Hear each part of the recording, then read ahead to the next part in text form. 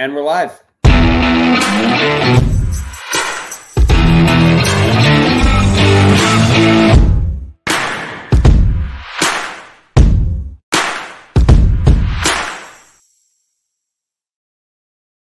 We have a fun episode and considering a blunt force discussion, this is a conversation that has taken too long to happen, and it's me. I literally, we started the conversation with Corey. I started the conversation with Corey in the summer when Cash was still in the joint, and I was rodeoing, and I'm like, the rare occasion we find somebody with opposing viewpoints to have a conversation with, and I kind of dropped the ball. And then I was like, I've been thinking about it for like 2 months, and I couldn't find it with the new page and all that stuff. So Corey, I want you to just introduce yourself a little bit to people, who you are besides just an anti-fascist revolutionary. Okay. My name's Corey Limley. I reside in East Nashville, born and raised. I'm a videographer. I have worked on 4 feature films. I worked in the country field, doing country music, doing gripping, gaffing, director of photography. Currently working as a production stagehand, and yeah, that's about it. Nice. So how long have you been, if you don't mind me asking, how old are you? I'm 33. 33. And we got connected. Did you used to do lives with Sunni, or how did I find out who you were? Yeah, so Sunni was like, because I guess I got into the whole live and Instagram live thing probably in around at the end of 2021, beginning of 2022. Sunni was the first person that I actually interacted with on a live, and it kind of just sprouted from there. Made a few acquaintanceships and met some other people along the way. And I think you were one of them as well. Yeah. And it had been a while. I think we might have even done a live together like a couple of years ago, like on Sunnis, and I was just popping in and out. And I remember the reason why I think that you're willing to have a conversation is that you are very well versed in what you believe in. And you're definitely not going to back down. You like to poke the bear. Oh. Definitely like to poke the bear. Absolutely. So I now want to just know, and Cash we'll jump in with questions, but like, I just want to kind of get to know you. And before we do though, to everybody in the comments, I'm sure at one point we're going to get to a point where we all disagree. Please, Corey is the rare occasion that somebody gets to come on and actually have one of these conversations. So let's not keep it respectful. Be respectful, Cash says. Right. There you go. Perfect. No tomatoes, please. No tomatoes. Fortunately, you're at home, and a lot of people, and I'm going to make a joke to start, you're probably in your parents' basement if you're Antifa. So don't worry about the tomatoes coming at you. All right. So why do I look blurry, bro? What is going on with this camera? I'm sorry. You've got a storm. So we should give a disclaimer right now too. Both Cash and I have storms right outside of our window. So if one of us goes down, hopefully the other, well, that sounds dirty. It sounds like prison. At least one of us will pick up the slack. Corey, so, but like, take me a little bit through your like upbringing before you got to become somebody that's so embroiled in Antifa. Okay. I came from a lower middle class family. My father was a PGA professional. He was a Class A card carrying PGA professional. So he had multiple jobs, different golf courses, doing the head pro job, and pretty much doing the daily operations. So I pretty much grew up on the golf course, played golf my whole childhood, and even up till even recently, played a bunch of amateur events and tried to qualify for some pro events. Grew up in East Nashville, and went to public school for most of my life up till 7th grade. And I went to a Christian private school, Church of Christ, in our city, which was actually the school that my dad went to.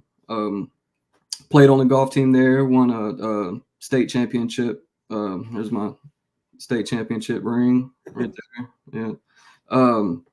But so I pretty much, was really apolitical growing up. I just kind of was like fed some things from my family that wasn't really involved in politics. I wasn't even involved in the church, really. My grandmother is the one that took me to the Baptist church that she attended.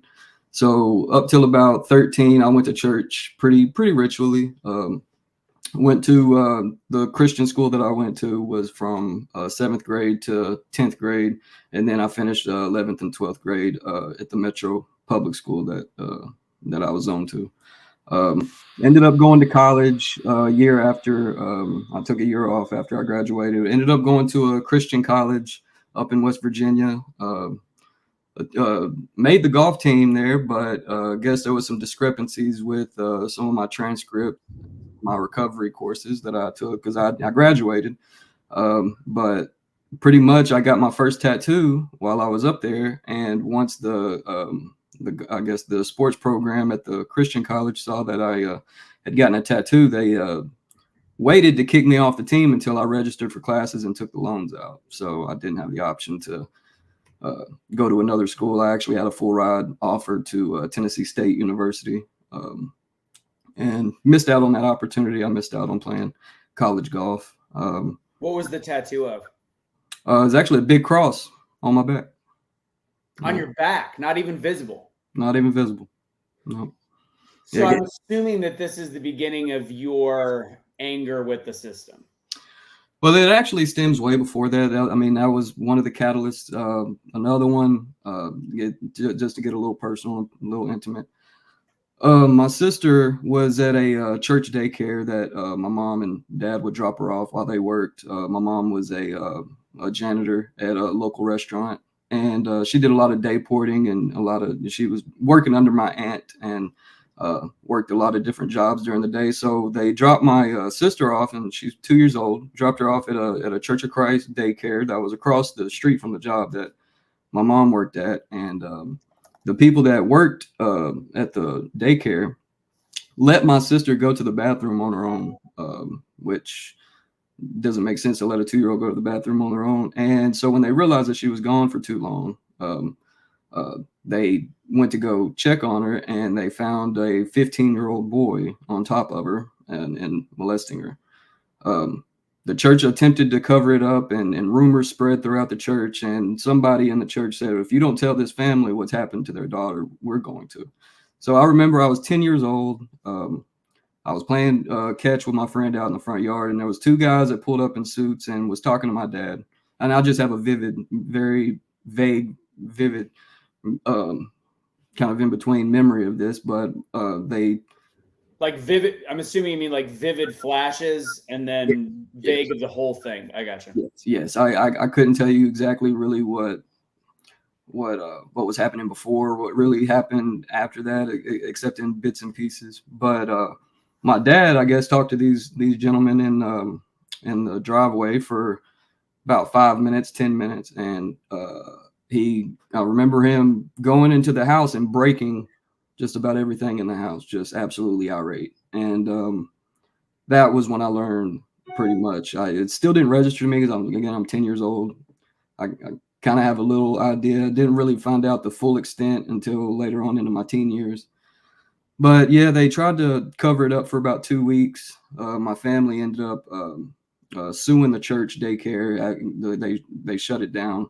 And there was a lot of members of that church who were also very high rank in the Christian school that I would end up going to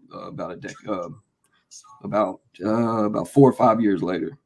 So we had that reputation already that we had shut down a church daycare, that we ruined or tarnished their reputation or their name. They were making it your fault.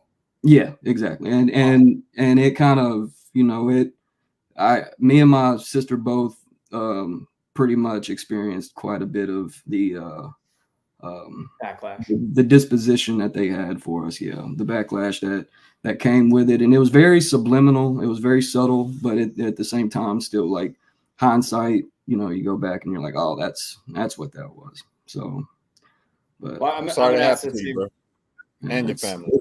It's pretty traumatic. How's your sister now? That's a good question by Donna. She's got her own house. She actually got a pretty lump sum structured settlement that she's still collecting on. and she's got a job. She's got 3 kids. She did suffer a lot of learning disabilities growing up. So we had to go to like the rape and sexual abuse center and do a lot of different sessions, and I even remember them talking to me, talking to her, like talking to us separately. I guess just, and again, like I said, I was still young at the time, but and she's 25 now. She is 26. 26. Yeah. So even despite all that, you still decided to get a cross on your back going into college. Yeah. So you're kind of issues with the church, God, establishment, I'm assuming, because it look like your family is if you could choose a white collar sport, it's golf. Oh, like, and your dad was pretty good. I'm looking it up. Like he won the Iowa Open. He had mini tours, like Waterloo Golf Class. Like he was pretty good. Like it was, tour. So again, I'm sure you were as middle class. Probably, would you say a little bit upper middle class to a point? I'd say lower middle class. My both of my parents probably raked in a little less than maybe 90, 100,000 back then. So all right. Yeah. So you had kind of a standard upbringing outside of whatever the heck happened at the church, which was really bad. You got to play at the church school.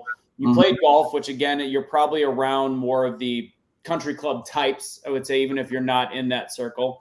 And then you went on to college, and then you got screwed again. And that, you said that was a Christian school, right? Correct. Yep.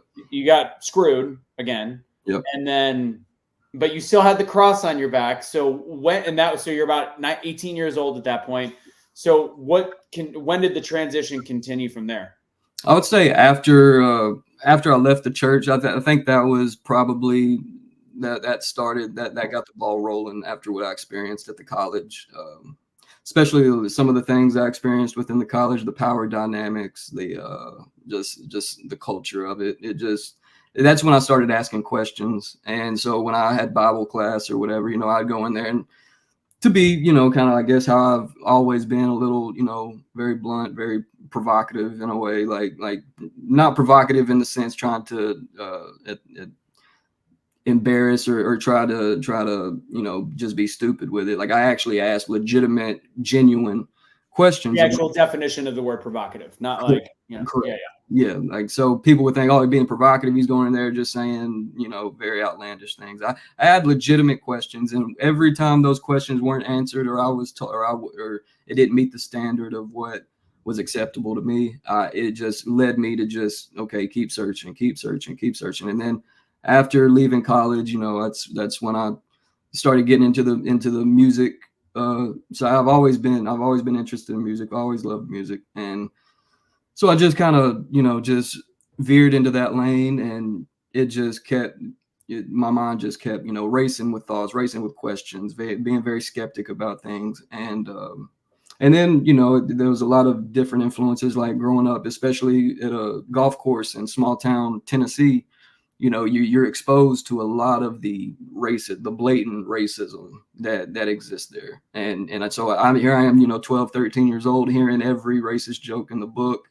And, being that young and being that influenced, because I looked up to these guys. Like, these are older guys that were just funny. They were drunk all the time. There was funny stories that I still hold on to till this day that I'll never forget. But, I didn't have that lens on at the time to kind of like, that's not cool. Like, I don't like it. So I would either laugh along, or I would, even partake in it. And then, growing up, getting older, and then still having that, being able to look back on that, it just very much. He'll be right back. Very much, yeah. It just very much has rubbed me the wrong way. And so you were more of it was more of a tin cup golf club. I was thinking the other way. So it was more of that country, small town golf club. Yeah. So do you still believe in God at all? I don't. No. Do not. So when did you stop believing in God? Well, it's wild, because like growing up in the church, there was rituals that I always thought were weird. And I don't know exactly how Church of Christ differs from, Baptist, or differs from Protestant or Presbyterian. I don't know the practices that might be different, but there was just this big question that loomed over me. Is like, I'm in church, and as a kid, you go and do this little puppet show at the very beginning, and then you go off and you do some coloring books and stuff while all the grown-ups are being taught, from a podium. And it just the whole, I've always questioned just like the whole dynamic of how, the scriptures taught. And like, there's no, from my experience, there was no hand raising or asking questions in a church. Like you couldn't really just be that person who was a skeptic, because if you ever came at it with a skeptic mind, like I had for a lot of my life, especially my younger leading up to my older years, it's just, and then I started understanding the world a little differently, just kind of like, it just felt like the ultimate cop-out to me. It just felt like, if you reward a group of people with heaven and then you punish them with hell, that's the best way to control somebody. Like if do you see a difference between religion and God? Because I know you've studied more religion. I'm not religious at all. Right. If I go to a church and it's a good church, then I'll hang around, and I'll attend. But overall, this is what I've found. In every single church that I've ever been to, they have some kind of teaching that isn't per se from the Bible. It's their own tradition. So I differentiate. I don't think that it's a bad church necessarily. I just think that they were taught differently. And that's why it's important for everybody who calls himself a believer in whatever faith that they have. My faith, my belief more so is in the Bible. So for me, I read the Bible. I read everything, but I study the Bible, and I go by what it says for me. And I don't try to push it off on nobody else. And that's where I feel like, people get church hurt. And when they get church hurt, they turn away from God completely, or just discount the Bible completely. Or if they've been, mosque hurt or synagogue hurt, and they turn away from that faith, when it's all we have to do is just study it on our own, and you build that relationship. You know what I'm saying? And I feel you, though. I understand where you're coming from. And like I say again, I'm sorry that you went through all of that. I'm sorry that you had all them experiences, but you're a brother here. So if you ever want to chop it up, I'm always here for it. Absolutely. I think me and Sunni had that talk one time. About kind of like there's really two different forms of religion, especially in Christianity in the Western world. Is you have a reformist ideology of Christianity and you have a fundamentalist ideology of Christianity. I was experienced and exposed to the fundamentalist side of Christianity, and getting older, trying to find my way through that, like I stumbled upon a bunch of reformist ideology Christianity, being very accepting, very, very more liberal, like, like a universitarian, humanist church where it's just like, turn the other cheek or eye for an eye makes the whole world blind, like things like that, where they just kind of, it was very conflicting, because like, it was like, well, is the fundamentalist way of religion or Christianity, is it? And it goes for Islam too. So I don't want to single out Christianity, but it's just like if the more fundamentalist I feel like a religion is, the more dangerous it can be. Yeah, when you look at it from I agree. Yeah, when you look at it from a reform perspective, and if you followed most of my stuff, I am that. I don't know if the term reformed Christian is what I would say. Like I think the Bible thumping Christians refer to me as a lukewarm Christian, which is technically supposed to be the worst Christian, because I am accepting. Now, I have limits to my acceptance. Like I think things like Transgender Visibility Day is a little bit much when you've got 37 other days. Like I don't see the point. Now, if somebody is a transgender, I still would give them the same love. I'm honest in saying that that's a mental illness. It doesn't mean I think that they're less of a person until it involves children. So I do have more of a, again, if people want to get married and they're gay, I don't care. It's to each their own. And to me, the way that I interpret the Bible, which is a very, very big book, and Cash and I have talked, and even back in the day, Sunni and I have talked, and we have a difference in opinion in a lot of ways. Cash and I have a pretty similar thought process, but at the end of the day, the overriding theme, and like you said, the fundamentalists don't have this overriding theme. They're the scorched earth, fire and brimstone. Whereas to me, if I'm going to let God sort that out at the end, and I'm going to me, evangelizing is the best way to do it, which I'm not going to bring anybody to God by being a jackass. Like, and I don't know of anybody that's ever been smashed into submission to pray the gay away or anything like that. I've heard it's worked once. Like, I don't know. Like, I think that we actually have to be kinder to people. Right. That's it. says hate the sin, not the sinner. And you can't never tell somebody, that they going to hell or whatever the case is when you know that you're flawed. Everybody on this earth is flawed. We all have our own demons, we all have our own vices. And like you say, that's for God to work out. But I say live and let live. And that's kind of what a philosophy that one of my friends, when I was going through my phase of straying away from God and the church was, because I really battled with the, being overly provocative and, jumping on every religious post I could find and just kind of like what in my mind was planting seeds of doubt, planting seeds of, exploring, questioning and things like that, like just provoking minds is what I really was doing. But, so, and when my friend told me, he said, they say on the Christian side, they say, hate the sin, not the sinner. But us on our side, we have to hate the belief, and we can hate the belief and not the believer. So I had to, rectify that within myself that, even though I want to be, in these people's faces and it just wasn't the correct way. Like, and I think that's what a lot of atheists on our side of the aisle kind of a good rule that I live by, bro, is I remember when I once wasn't who I am today, and that person may be who I was before. And if I could get to where I'm at today, then who's to say that they can't get to where I'm at tomorrow? Facts. So I have no place to be able to discount them or make them feel any type of way bad about what they believe, because they're going through their own motion the same way I'm going through mine. Right.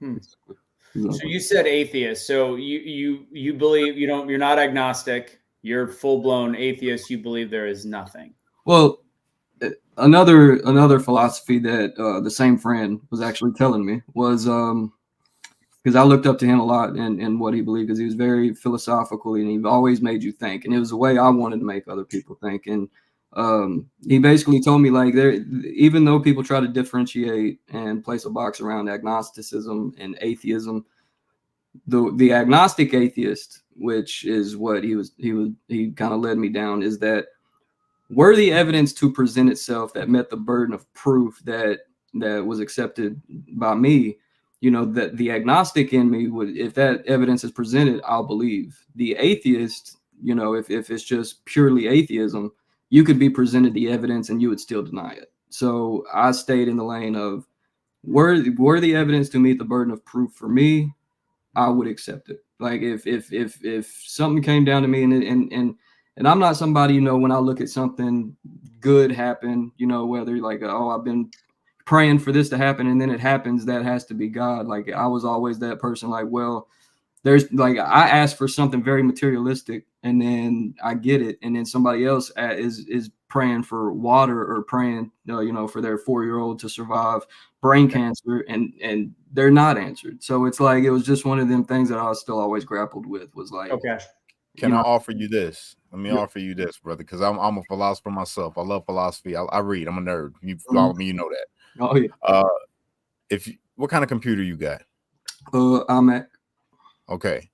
Could you take that computer, right? All the pieces apart, right? Mm-hmm. Throw them in a bag and shake that bag up as many times as you want to. Is that computer ever going to be a computer? Negative. Well, it will not. Yeah, no, not unless you. It will not. Yeah. It would never function as a computer, even though you have all the parts to be able to make that computer. That computer, for a fact, someone created that computer. 100% with your human logic. You understand that someone had to create that. Right. We are more complex. We are more complexly put together. Our universe is more finely tuned to be together than that computer. Could that just happen by chance? Well, I mean, that was another thing I grappled with intelligent design, was that, it doesn't, to me, I can't really speak for anybody else's perspectives or anything, but to me, there's really nothing intelligent about the design that I'm looking at. Like when I go out into the world, when I see things, like I see babies born with no limbs, I see, some of the most tragic events occur to the best people, and I see the worst people get, everything. I understand that. I get that 100%. What I'm saying is that computer couldn't create itself, right? No matter what, using your own flawed human logic. you know that computer can never, it has to have a creator. We know this. Right. So how can we not look at everything around us, including ourselves? Like you could use the people were born maimed or people were born blind or whatever that is. That's a moral thing of how we feel like God should operate. What I'm saying is them existing in the very first place, that baby being born with a deformity and still going on to live a very capable, functioning life and become somebody great. That can't just happen by chance. Statistically, if we do numbers, like I'm big on numbers. Like I love it, right? Statistically, it's impossible. I remember when I got out of college, I started dabbling and smoking the cannabis and stuff like that. And what I would catch myself doing, when I'd be outside and I would look up at the stars, and it's just like, even what we know, and we might think we know, like a lot of people, especially on this earth, think that we know so much. We don't really know hardly anything. It's kind of like, we got a pixel and we try to make a judgment off of one pixel what the entire image is. 100% correct. And that's what kind of like threw me off, is that, with religion, and as old as it is, if we were just so happened with no knowledge to be brought upon an island that, that had storms come through, that had lightning, that had, all these natural disasters occurring, like we wouldn't have the capability to, not only would we not be able to communicate, we wouldn't be able to understand what the hell that lightning was. We wouldn't be able to understand what the hell is this hurricane that just came through and blew all of our stuff. We had a time period like that. Yeah, like, and so, but during that same time period, it's kind of like when the philosophies of a creator arose, because it's like you want to have, like, you're given, this realm of existence, and then you are left to either guess what's going on, or you're left to continue to question. And I feel like with theists, I feel like they have adopted an answer, or have created an answer for something that we should still be on the endeavor of questioning. And I feel like that's the cool part about spirituality for me, right? Right. I don't question any of it. Right. I mean, I do, but it's not something that drives my day. I got questions, and it's cool to think about. And that's how I look at it as entertainment. It's really cool to think about. But one thing that I know, this isn't what I believe, what I know, using my own human logic, right, is that there has to be a God. 100% has to. And when I say God, I don't mean it in the sense like somebody sitting on a throne in the clouds waiting to strike you down and put a pitchfork in your ass and send you to hell. I mean, someone created all of this, right? Because of all the things that I see us as humans, we create. So then when we'll say the Bible, or we can use the Quran. I've read them both, right? But I use the Bible for argument's sake. And the Bible, when it says that God created the heavens and the earth, and the heavens, in the beginning, God created the heavens and the earth. The earth was without form and void, and darkness was upon the face of the deep. And I read all those things. It clicks in my head because I see how things get created by scientists, by us. If we can do the amazing things that we can do, and we know that we're not the top of the food chain all the way, we're still figuring things out about ourselves. Right. And we don't know how we got here, but everything works its own thing in nature to let you know that God is real. If it makes any kind of sense, like the whole back of a turtle shell equals a calendar. You know what I'm saying? Or how birds know exactly when to fly, or how animals know when a storm is coming, or how bugs know when they're supposed to, come up out the earth, or how frogs know that all these things in nature. I like to look at nature and use it to equate it to God, because everything around us is in tune. We're the only thing that's out of sync. And then when you go correlate that to the Bible, why are we out of sync? Because we fucked up, because of sin. There's something fucked up within us that makes us question everything, that makes us want to do the wrong things, that makes us, and it's not like we want to do them. It's our body. Like a person that does drugs, you want to go do drugs because you know how it makes your body feel. But in the back of your mind, you talk to anybody that was a heroin addict, I know a lot of them, or an opiate addict, they'll tell you, like, I really don't want to do this. I don't want to do these drugs, but I can't stop myself because I get these pains and I'm aching, and all of that stuff. It shows you the separatism within yourself. Your spirit doesn't want to do the wrong things. It's your flesh. Right. Your flesh wants to do the wrong things. So again, you equate that to the Bible, and it explains everything totally of why this is. It gives a complete explanation, and Would it that be doesn't all free the other will? religions. You say what? Would that be free will? You have free will, but the spirit wants what's contrary to the flesh, and the flesh wants what is contrary to the spirit. This is the eternal battle that you're in your whole life. Mm-hmm. Your body wants to do things that your mind doesn't want to do. This is where we call a conscience. You have a conscience that tells you shouldn't do something. You shouldn't do this. It's wrong. But then you're like, oh, but it's going to feel good. Oh, but I'm going to get gratified from it because I'm going to get this money. Oh, you see what I'm saying? Mm-hmm. This is the thing. And I know you don't like religion, and I understand that. I completely like get it. it There was a time when I got pushed away from the church completely, and I started practicing in the Nation of Islam. And then I left that because I seen all the bigotry and racism in that. And I went over and studied the Hebrew Israelites and became a part of that. And then I seen the racism in that and left that alone. Then I studied real Judaism, and I still kind of like the real Judaism, but then it led me back to Christ. And then it's like, it's just full circle. It always comes back. And it all still rings true when you really have you really studied the Bible on your own, like without no pastor or without nobody telling you nothing, just you talking to God and reading that book. Mm-hmm. Yeah, I read it a few times. Yeah, and bro, it just clicks. It clicks for me, and it's just like, okay, this makes too much sense. How does this person know this? We just barely discovered within the last couple hundred years about there being actual rivers underneath the ocean, literal rivers underneath the ocean, but yet God told us to Job.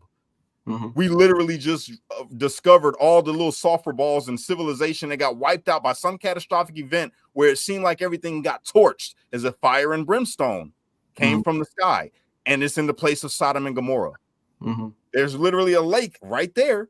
What is the Dead Sea that can't have nothing in it? There's no life in it. There's no fish. There's no nothing because nothing can live there because of what happened with that event. Right. There's all these different things. All these different things that says, okay, there's got to be something to this. These people were not as smart as us back in the day, as far as technologically, as far as we know. How the hell did they know all these things? How could this poet, who we would call a poet, know all these things? You see what I'm saying? It's just too many things that I just want to talk about the start. And this I want to pose a question to you because, like, again, first off, do you like are you anti Joe Rogan or pro Joe Rogan? Very neutral. He's there's some things and there's some I feel like he gets very reactionary and plays to a certain base in the crowd. So he had a show with Cat Williams, and it's a question I've been asking since I was very little. And Joe Rogan was an atheist, and I think now he's agnostic to questioning. Like he's moving back, he's moving into that more of that realm. And right. Cat Williams and Cash have very similar ways of talking. Only difference is Cat Williams was high as shit on the episode with Joe Rogan. By midway through, I love me some Cat Williams. He was toasted. But they brought up the fact that, and they believe that even if you believe in the Big Bang, there's an element missing. So question I have, Corey, is how do you believe, because Cash kind of mapped out all of the different intricacies that are part of a master design, which is flawed. I'm going to agree with you. When you've got all the tragedy we see, it is flawed. Where do you believe the design came from? Well, it's hard to tell because, we're still expanding as science, progresses, we're able, and the reason they call it the Big Bang is because, that is pretty much with the technology that we have at our disposal today. That's the furthest we can look back. Is there's obviously an origin. Just how it kind of like when you do like I gotta stop you real quick because I don't know if you following. I love the sky, right? So I've always been fascinated with the Hubble telescope. But more so now with the James Webb. Have you heard the latest news with the James Webb and how they have to redo the science of what they thought when they said that we are expanding? I haven't read it. Cat Williams mentioned this a little bit. Now they're saying that we are not expanding and there is actually an end. There is actually an end to outer space. It's not infinite like they thought it was. We are not expanding. Right. So historic. Take away that thought. Go back to your philosophy on the Big Bang. Go ahead and try to explain that thought process. Well, it's just you pretty much there. for there to be nothing, people, a lot of people on the theist side will say, well, there had to be something, like something. You can't just make something into nothing out of something. So it's just it begs the question, like, the personification of God, which, giving him a gender, giving it a more of a personification, is kind of, to me, just, it doesn't really make logical sense, because it's like, if there were to be a creator and we are this species on earth that who we feel like we're important, like, I'll be honest, like we as humans, we feel like that, like we have, a lot of people have to have a purpose, or you'll just eat fast food and stay at home until you die and rot. But so people feel like, to have a purpose, that we have to feel important. To be honest, the nihilistic, side of me really, feels like I don't think there's really much importance in our existence, because there will be a day where we don't. And there was a day where we didn't. Like, there had to, and then there were certain questions that I had, as far as like the sun being created on the fourth day. It's like, well, if you count days, by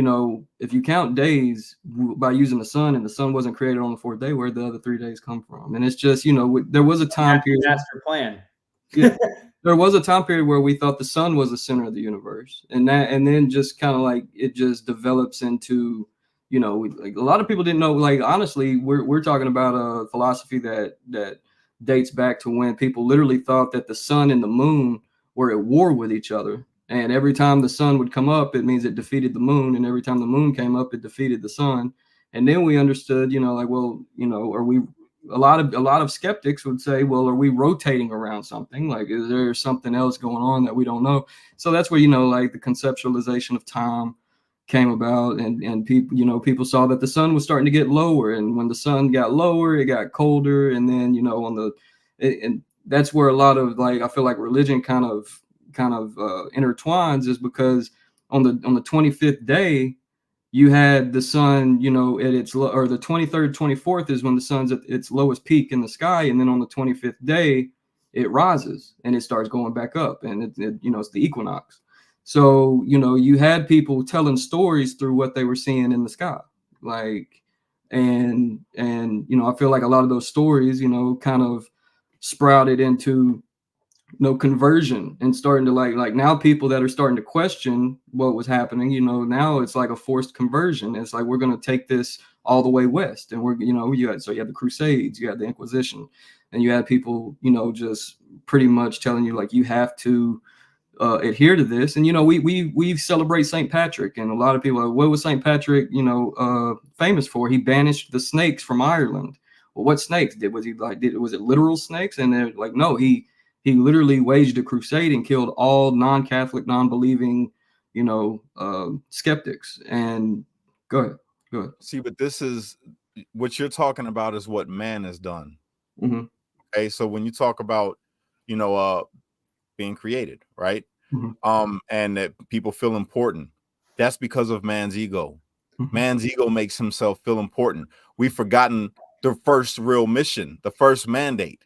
The first mandate for man was to what? Live. Bring heaven to earth. This is why earth was created.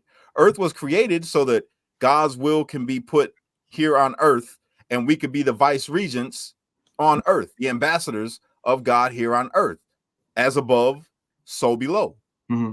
That's why it all existed in the first place. Man messed it up when he allowed disobedience into himself, to disobey God.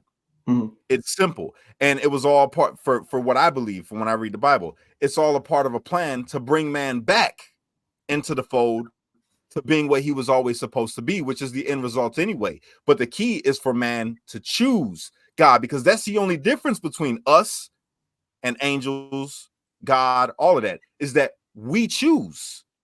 God already knows. The angels don't have free will. Humans do. God wants humans to choose him, to choose to want to be his children, to choose to want to do his will. And we've got ourselves all mixed up, and we've had so many different choices brought before us. Before, it was just one choice. Don't eat from this tree. We'll use that analogy or the story, however you want to choose to believe it. Just don't eat from this tree. All right. And then all the other rules came. You only had one thing that you couldn't do before. Now check out society now. We live in this nation with a bunch of things you can't do. They're called laws. Mm-hmm. And each time we have more and more and more and more laws. And look at how people are able to obey the laws and be an upstanding citizen and not break the laws, but they couldn't obey God's will back in the day. So the whole thing right now is for us to get back to being able to obey God. We're okay with obeying a judge or obeying the police officer or the governors and Congress people that put forth these laws, but people don't want to obey God. And what's the thing that we have to do to obey God? Be good to one another. Love one another and love God with all of our heart, mind, body, and soul, and get this back to being a utopia, which ain't going to be done until it's all the way done.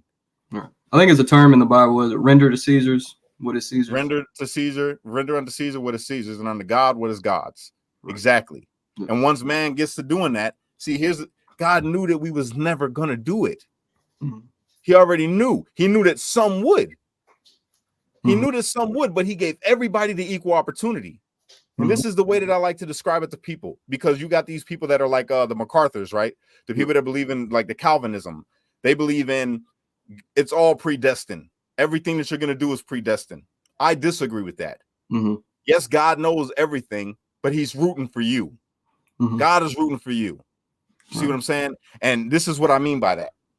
So us as human beings, right? God knows. Before I get into it, I'm going to give you 4 things that I can prove is God's will. I'm going to do that first, and then I'm going to keep going. There's 4 things I can prove without a shadow of a doubt is God's will. And I ain't need a book to tell you this. I didn't need religion to tell you this. This is from my own philosophy, sitting in a jail cell by myself with nothing but time with me and God. All right. The first part of God's will, number 1, is for you to live, to be born and live, because you're alive.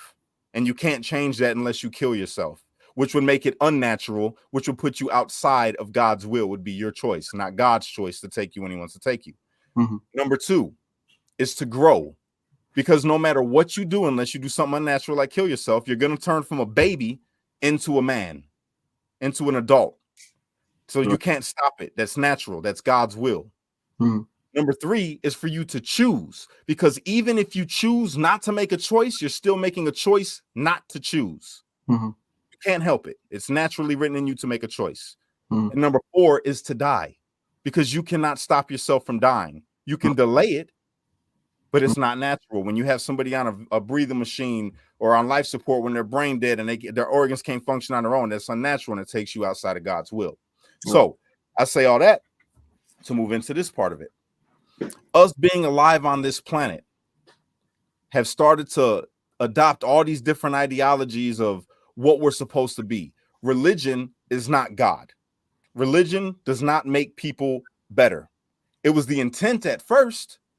And I use the Israelites. We'll use that story from the Bible. The Israelites were a stiff-necked, stubborn people.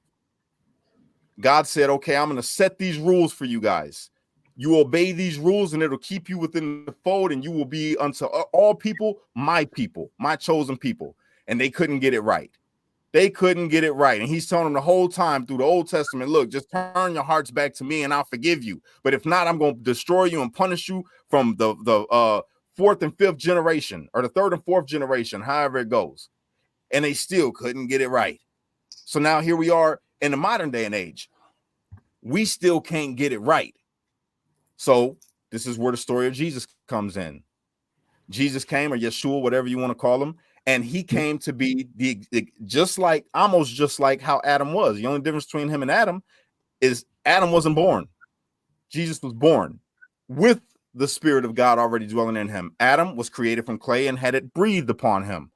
So when he came into the world, when Jesus came into the world, he was perfect. And he showed people how to make the right choice. This is what people miss. Jesus always made the right choice that was pleasing to his Father. That was it. And he showed them how to do it. And he knew that they weren't like him. Like, we're the same. Yeah, I got a body like you, but my spirit comes from God. You can have this spirit too if you will follow me. Just accept it and then start to walk and live this way. And that's where, and then be sorry. Be sorry when you mess up, because you're not going to be perfect. You're not going to be perfect, but talk to God. Get that relationship back with God. That was his whole thing. Okay? So I'll use the Quran for all the Muslim brothers and sisters that might be watching right now. Adam's function when he was first born or first came into this world, Adam's first function was to just please God. That's it. Just to please God. And when he fell, see in the Quran, it says he fell from heaven and fell to earth. Right. You know what I'm saying? And when he fell from earth, or when he fell from heaven to earth, he had his descendants. And when his descendants came into the world, they were separated from Cain's descendants because Cain, remember, killed Abel and all of that. So they weren't to mix with each other because they wanted to do what was wicked, and these people was following God. Right. And then they started the mix up, and Satan came in and caused confusion and started playing music, and they started partying on the Sabbath day and doing all these things and having babies with each other. So then Satan got them to bow down to things, and Satan got them playing different instruments and wearing makeup and all this other stuff. So again, providing them with different choices because it seemed fun. They were living in the spirit. These people was living in the world. And when they mixed up, that's what got mixed up. You had some people that wanted to live in the spirit, but now they're fighting, trying to live in the world. It's the same exact thing that we have going on today. You have people that want to live in the world, and you have people that want to live in the spirit. Then you have people that try to live in both. I'm guilty of it. Sometimes I try to live in both. My walk ain't all the way right, but I'm sorry. That's the whole key. And it's not like God's sitting with a magnifying glass saying, Cash, what you're going to do. But I digress from that to move forward in the last part of what I was about to tell you. Yep. So with them 4 things, that's God's will. Your life is not God doesn't, this is my opinion, everybody, don't freak out, right? God doesn't know what choice you're going to make. He's rooting for you. Yes, he knows your end destination because he created it that way. You're born and you die. Everything in between is up to you. It's up to you to make the right choice. It's like a current. No matter what you do in this life, if you was to swim in against a current that is way stronger than you, you're going to drown, right? No matter what, you're going to drown. And the current's going to sweep you away to the destination that it's got for you anyway. Life is God's current. You're going to be going in this life, and you're going to go every single place that God wants you to be. I was going to end up in prison no matter what I did. No matter what I did. And proof of it is I got indicted on a conspiracy that I had nothing to do with. And I ended up in prison. You see what I'm saying? But the only choice the only thing that I had that is mine was my choice. Was I going to go to prison and revert to being old Cash and be fucking people up and gang banging and selling drugs? No, I stayed true and made the right choices every step of the way. I did my best to show mercy to people. When I had to fight, but I showed mercy. I didn't overkill. I only did what I had to do to sustain me, to keep myself from being harmed. And I helped I helped them when I was done. You see what I'm saying? Right. I didn't go in there and sell drugs to be able to make my life better. I didn't beat people down to make my life better. It's about the choices that you make. You're going to end up every single place that you go. I always was going to have the childhood that I had. I was always going to get my head busted when I got my head busted. I was always going to end up in that car crash. It's going to happen no matter what you do. Life is going to happen. The only thing you have control over is your choice. And in them choices, God is rooting for you. I feel like God's like this. Oh, come on, Cash. Come on, man. Make the right choice. You could do it. Come on. Keep coming closer to me. Keep coming closer to me. That's it. Right. So Corey, we'll get in. I mean, we'll get into politics, but before we get there, because I think some of the stuff Cash is explaining how his belief is, right, and how again, there's gonna be some people that get upset on my side that'll be like, you can't interpret the Bible; it's the one word. I'm like, well, okay. Cash has his interpretation based off the prayers that he has had and the dealing and the conversations that he has had. So when you were talking earlier about your issues with belief and your issues starting from the Big Bang, you were pointing out the flaws in human logic. Right. You're not pointing out, because to me, it's like, and I've watched Bill Maher's thing on atheism, that whole movie he did with like Religious or whatever the heck it was, which was brilliant. It was brilliantly done. And I'm like, it's funny and I get it. But at the same time, there's this element of, you're right, faith is pretty silly. But at the same time, believing that there was nothing came from nothing is pretty silly too. Mm-hmm. So, well, yeah, I think, and I don't know if y'all follow this same philosophy either, but the person who is the smartest in the world will admit they know nothing. And I feel like that's kind of like the philosophy I kind of go with is like, I don't ever want to, when I go in, like, I'm an observationalist. So if I go into a field that I'm not very well versed on, like if I don't know much about cars, if I go into an auto mechanic shop, I'm gonna be an observationalist. I'm not gonna go in there and say, well, this says this says that, this is what, I think this is how this works. Like I'm gonna look and I'm gonna learn. And I try to take that with me everywhere I go, and the fields and the things that I am well versed in. I want to plant seeds. I want to teach. I want to do things like that other people might want to learn. And I feel like there was just such, and I know this will go into the human aspect of it, but it was just kind of like there was a bunch of condescension in my experience with the church and folks when I would engage with on religious stuff. It was very, just kind of very condescending, very, like, well, I know this. It's kind of like, there's things that I'm sure us three, like, there are things out there that we wouldn't know a damn thing about. Yeah, nothing. Like, there are things we'll go into, like whether it's IT. I don't know a damn thing about it. Y'all probably more well versed than that. But if I go, exactly. But if I go into that, I want to go in. I want to learn, and it's like if I if somebody comes into my field and I'm teaching them, to be condescending is you don't learn anything. You don't, 100%. It rejects it, and I think just with my personal experience, which did, it did influence a lot of my beliefs along the line, but it was just it was a very bad natured, disingenuous condescension that just came along with, the interactions that I anecdotally had. Take away all the politics and the anti-fascists and that we'll get into. Do you think you could ever believe in God again? I guess that's the big question is like, my standard of proof for things, just as a natural skeptic myself, the burden is so high. Like, and I know for a lot of people, especially faith-driven people, the burden is fairly low, is because like you could see something that you perceive as a miracle. The way I look at religion for me is like, if I showed y'all a magic trick, and you're under the illusion of this magic trick, you'll be in amazement, just like if you rewound the tape, 200-300 years and you did a magic trick in front of people that never knew, like they would just be amazed. And like, it's kind of like, I just feel like I've been taught the trick. And now I'm not under that illusion anymore. Like now when I look at the trick, it's like, oh, I know how this goes. So when it comes to like the burden of proof for me, if there were something to meet my burden of proof, which is already admittedly fairly high, yeah, I would absolutely. That's the agnosticism in my philosophy is. Yeah, because I read you as more of an agnostic, and I get why you're an atheist. I think that, and I don't want to speak for you. And like your comment before, I've always said one thing specifically for myself: the person that thinks they're always right is the person that is 100% wrong. So right. I agree with you on that one. Based on, and that's why I say this with trepidation. Based on just hearing you talk, you're an atheist from anger, and well understood anger.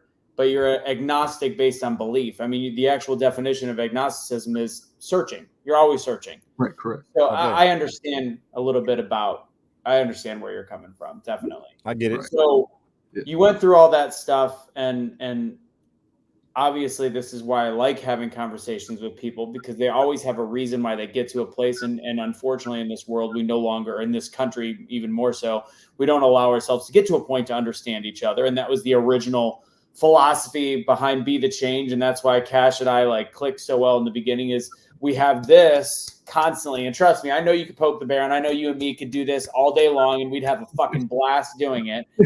But if we're actually going to get anywhere on a higher level, it involves this, right? And then this, and like going back, like, and that's why I'm interested to see. Now I know a little bit of the backstory. Now I know why you are why you believe a little bit more the way you believe. So then take us more into the political realm. As you called yourself an anti-fascist revolutionary, how did you escalate from the bullshit that happened to you in college, your upbringing, all that stuff? How did you escalate into almost a leader of this group that could be considered problematic?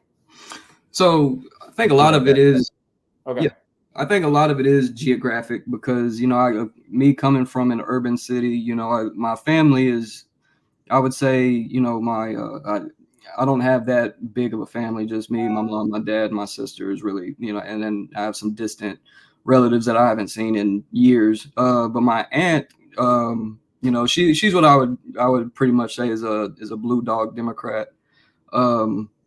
Very conservative in a lot of beliefs, but just just didn't align with the conservative Republican ideology that would make her vote Republican. And my dad voted for Reagan in '88. It was just I come from a very Southern, blue dog ideology that kind of just was like planted in me when I was, in my teens, later on into my years, where my aunt, who was a lesbian, she passed away back in 2015 or 2014, actually. Not from being a lesbian, right? No. Okay. No, but bad dementia, and I didn't see her for about 5 years, the last 5 years of her life. We didn't even know she had passed away until about 2 years after she passed away.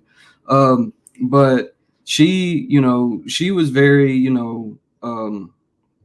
pro Obama, pro Clinton and things like that. But not to the point where it's just like signs in the yard and bumper stickers and stuff like that. It was just like little things that were. So fast forward from, because I was a diehard, very obnoxious liberal when I, especially when Bernie came on the scene, I think Bernie, kind of tapped into a lot of the animus that existed on the left, like in the left wing side of politics, because it was always that that faction of Democrats and liberals that they were very weak, and I still view liberals even till this day, just very weak, very and as we was talking about condescension earlier, very condescending when interacting with people, not able to convey their messages and being, that's, I guess that's an inherent liberal thing.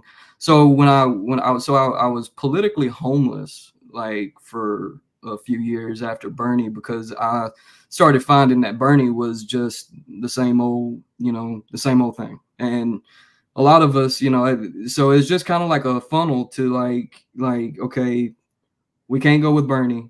We can't go with the liberals, can't go with Democrats.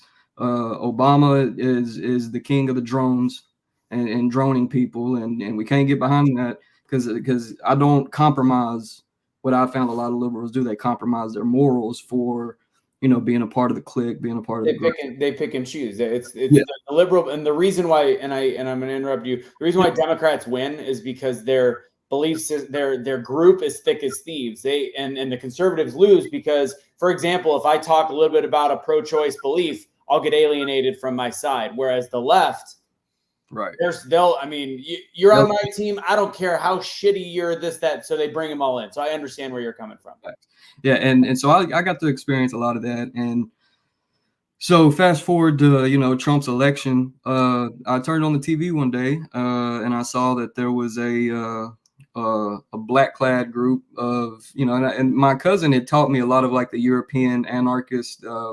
He showed me a lot of things that were going on in Europe, which was a lot of the black bloc protests and a lot of the black bloc groups that were in Sweden and Europe and throughout, like Germany and different places. So I was reading, I was like, damn, we don't have none of that over here. And I turned on the TV one day and I seen that there was actually in Nashville. So I contacted one of the local chapters and told them, a little bit of what I believed. And because especially during that time period, man, it was very hard to get accepted into, any sort of faction or any sort of affinity group that was very skeptic of people coming in. Because, even on the right, there was a bunch of infiltration going on. You had to be very skeptic. So we had like infiltration from like the Proud Boys or whatever getting into Antifa that, or even law enforcement. We had to deal with a lot of that. There's a lot of documentation. So do you believe law enforcement was trying to get in with both sides? Oh yeah. Okay. All right. Yeah. I mean, that's historically a fact. You know, I mean, it's just, and you know, and crazy enough, you know, when you see Waco, when you see Ruby Ridge, when you see instances like that, you know, or even the Bundy Ranch, like even till this day, I can't really go back into my memory bank and tell exactly how I felt when the Bundy Ranch thing was occurring, but you know, now that I am where I am politically, like I would be extremely pro Bundy. You know what I mean? Like Clive and Bundy and you know, all of them. Like I supported what they were doing. I don't government infringement. You know, big land grabbing, things like that. Like it was just very. That's how I feel about Waco. So I mean, I get that. I mean, as long as I can exclude and make sure that there wasn't any young children being molested, then I understand where you're coming from. Bundy, I feel like there was a little bit of young issues going on. Koresh, it was like he'd wait till they're, I don't know. That's their sickness. But from a freedom, guns, land, I understand. Same with Ruby Ridge, all of that. Right. I think the narrative has been controlled by the people that control the narratives. Right. If you know what I mean. Right. And that's the thing. It's like, even though I am completely on the opposite end of the political spectrum, there is that commonality and intersectionality that I have. Even are you really on the opposite end of the spectrum? The more you're talking, it doesn't sound like it, bro. He sounds like one of us. I know. I don't. So I'm confused. So right now where we are, and I'm assuming you're still homeless politically, because you can't tell me Biden speaks for your belief system in any way, shape, or form. No, hell no. That absolutely not. No, I mean, to me, for somebody to garnish power through being a segregationist and being one of those blue dog Democrats that started their political campaign and their political career being a segregationist and being overtly racist and things like that, like you don't get a pass 20 years from now, 30 years from now. You don't get a pass. I heard that, bro. Preach. So what do we actually disagree about? I think there's a lot of cultural things we would definitely disagree about. You know, I'm very, you know, pro LGBTQ, very pro abortion. There's I guess the cultural divide. Are you pro abortion or pro choice? I'm pro choice. So do you, I see what you're saying. Yeah, pro choice. Yeah. Do you believe as though there's just, because again, I mean, I think you and I got into it over some of the racial issues with, you know, Black Lives Matter and stuff like that. But when it comes to pro-choice, I've had the argument with my own following that although my own life I believe to be pro-life, I have trouble thinking that based on our Constitution, even though I do believe religiously it's wrong, based on our freedom of religion in this country, I think it's very difficult for us to be able to mandate what is not necessarily science and more of a religious belief. Mm-hmm. So as much as I think it's wrong, I think it's hard to say what is law on that one. Now, Roe versus Wade, I always say was bad law. Like that it was constitutionally, that was bad law, but I think it should be the state's decision. But when I say states, and Cash in a second, I think it should actually I think it should be a vote per state. And I think that there should be a graded level, because I don't think anybody, including you probably, Corey, think it's okay to have an abortion at 8 months, 9 months. Very few people believe that. I think there's a logical middle ground of, I mean, where would you say it, Corey? And then Cash, go ahead. Sorry. It's hard to square the circle because, like, in the same instance as we was talking about earlier, what Cash was speaking on about religion is like God, I don't know if you either said he does know what you're going to do or he doesn't know what you're going to do, but what you're going to do is what you're going to do. So it's kind of hard to square the circle simply because the only way you could prevent such a practice from happening is through government infringement. Like you would have to illegalize, you know, the practice, which, you know, then would in turn, you would have to say, like, I need an entity to make sure that this practice stops. So if it is, you know, a free will, you know, thing, it's like, you have to, you know, especially because I guess my stance on abortion is like, if it's going to happen, I want it to happen in the most humane way for the women who are getting abortions, because I mean, you could do irreparable damage, you know, in the historic ways of abortion. I mean, abortion is probably is probably the same age as life itself. Like so you would believe more in the pill, like the area of the pill. So the pill for the abortion is up to like 10 or 11 weeks, and then it's humane because then it doesn't damage the baby. There's no scrapers. There's no. So you still have a pretty. I mean, you're probably under 15 weeks, so you'd actually be considered more on the conservative side of voting than I was just about to say that, than the Democrat side of voting. Well, yeah, I think you know, there's definitely limits. Like I don't think somebody should carry a baby to term and then at the very last second, which I don't know of any cases like that. I mean, very few, but there is a few. Very few. I mean, you know, get cold feet. I could probably understand, you know, like you get so excited about something, then you know, you get cold feet and you're like, I don't want this. You know, I mean, it's a very sensitive topic. It's just, I still can't just jump on the side of government infringement. It's the blanket thing. It's like we tend to, you know, generalize everything. So, for instance, right now, I'll make a shocking headline if I was to tell you Cash Kelly is pro-choice and Cash Kelly is in support of the LGBTQ plus rights of them being able to get married and stuff like that. Right. Now, then you dissect it and you say, well, what do you mean, Cash? Well, I'm pro a woman that is raped or a child that is raped or molested by her father getting an abortion. I would not want a woman to get an abortion. I don't support abortion, but I support your right to free will, to do whatever the hell you want to do. That's what I mean when I say it, because God gave us free will. As far as the LGBTQ plus stuff, I say I support them being able to get married because, you know, that ain't got nothing to do with me. If they want to get married, they can get married. I'm against trannies in libraries. Can I say that on here? Transmissions. Okay. Transmissions in libraries and taking kids to drag shows and all that. But then here's the thing. I know, again, it's free will. If the person that owns that library or runs that library wants to have them go there and do that, I have the free will to not let my kids go to that library. Right. It's a tough one. It's a tough one, but I'm just using my own. But I would never want to go and watch. It's hard to legislate morality, and I get that, Cash. But at the same time, we do legislate morality. We say murder is illegal. We say robbing is illegal. And to me, there's a certain level where, and I'm with you in the sense that it's like, you know, we keep saying parental rights, and if a parent wants to screw up their kid, great. But sometimes I do believe there has to be something step in culturally. And I know that goes completely against my belief on freedom in many ways, but I do think there needs to be a limit on stuff like that's where, and I'm like you, Cash, get married. If you want to get a sex change, I don't want the government paying for it. I don't want there to be any kind of tax dollars going to your sex. But then it comes down to the religion thing. Render unto Caesar what is Caesar's and unto God what is God's. And what the government wants to do with that money, it's not yours no more. Right. And here's another thing about the cultural divide. Like, I don't know exactly what y'all were into, you know, growing up, but when I was watching wrestling, you know, back in the late 90s, early 2000s. I watch it now. Now you're talking Cash's language. I mean, there was probably nobody as much of a fan of wrestling as I was, especially. Don't challenge me on that, bro. Don't you do it. I don't know.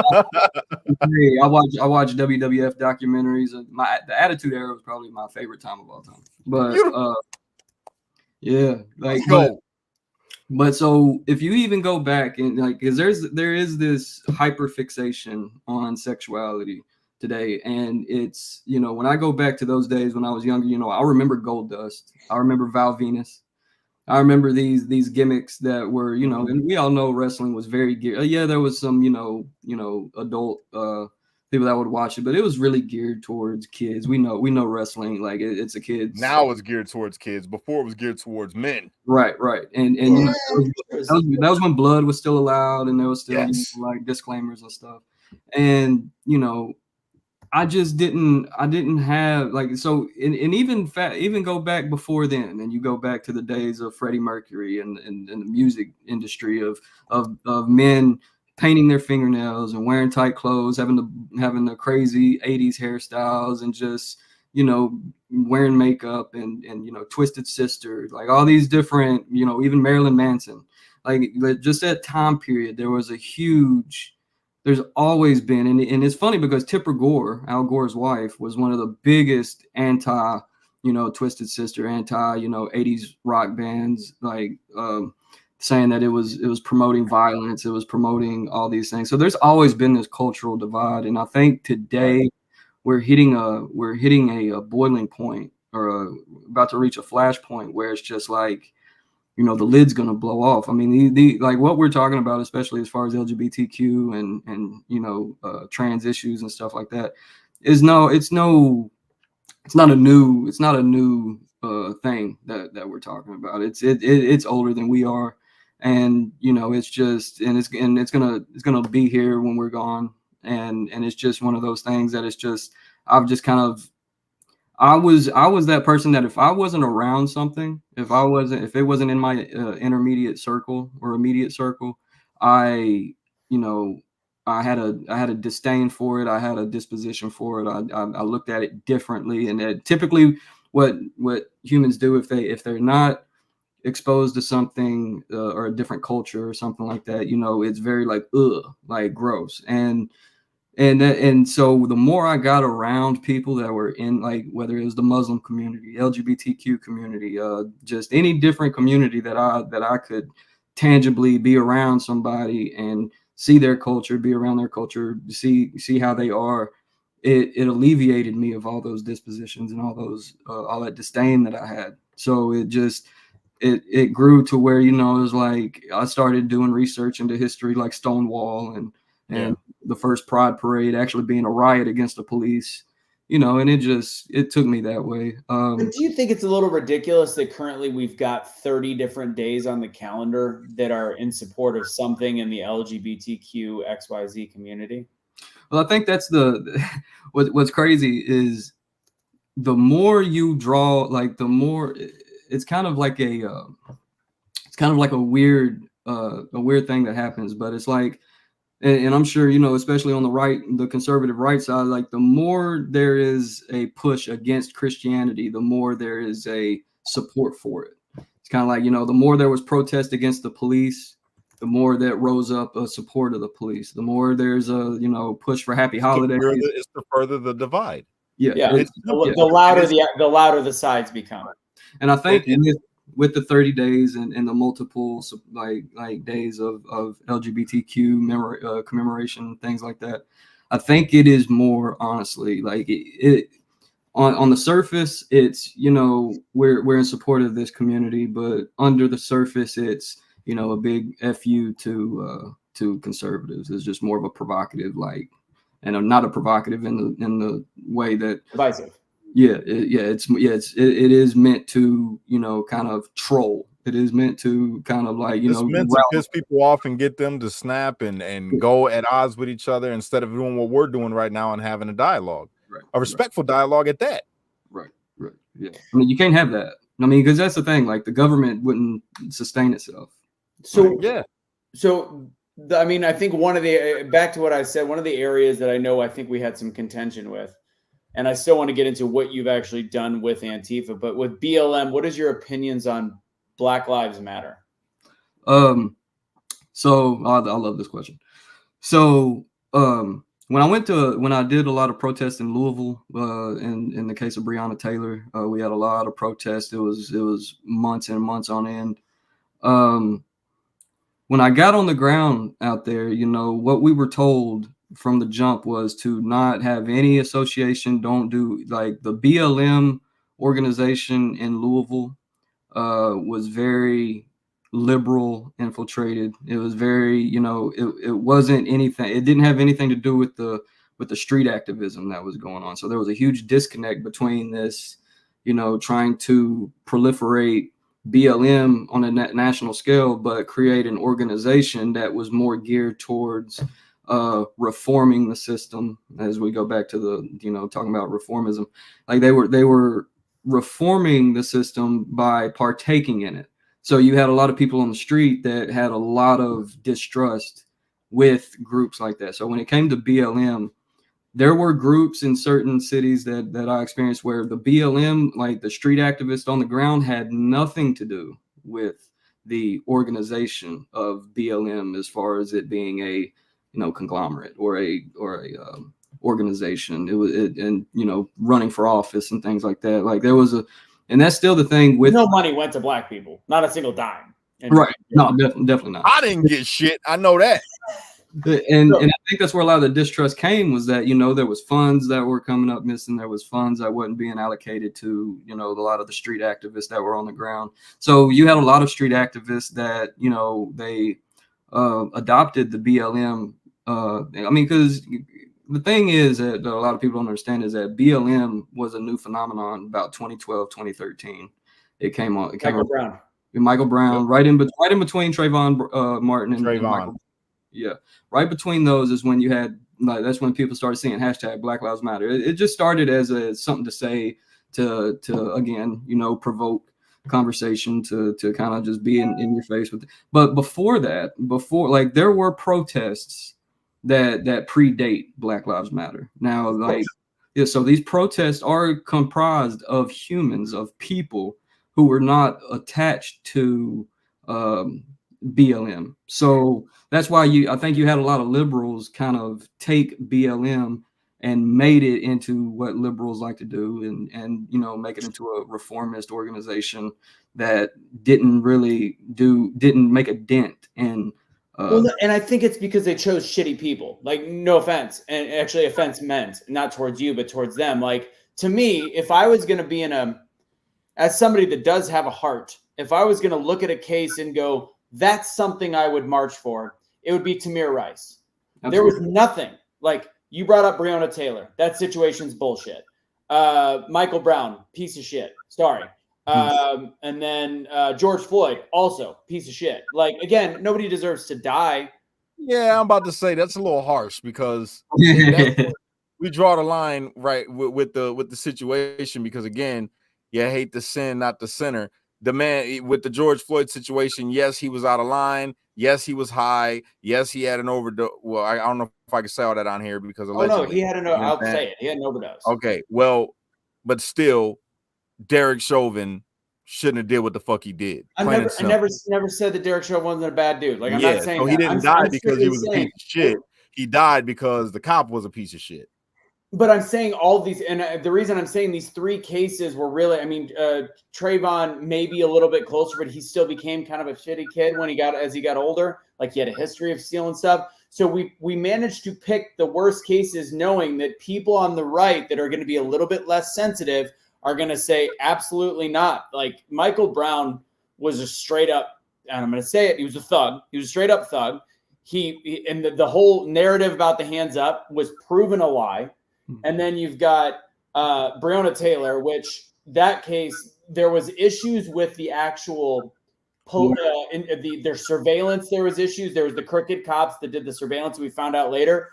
But the actual narrative of what happened that night was drastically disproven. Her boyfriend was shooting. They weren't sleeping. They were in the hallway. All of that was found to be completely a false narrative. She also, the whole, like, she's a nurse. That's a false narrative. George Floyd would have died probably anyways of a drug overdose. Tamir Rice was an innocent 12-year-old that could have actually galvanized people to a problem. And it's a blip on the radar at best. Well, I think there's a concoction when it comes to events like this, because a lot of people will think, like, when riots occur, like especially after George Floyd, people like to say that, like, there was no concoction, like the response to George Floyd was specifically a response to George Floyd.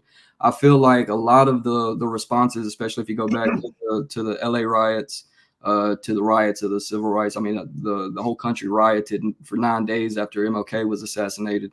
I think, like, a lot of the outrage and a lot of the riots that occur, I don't think they're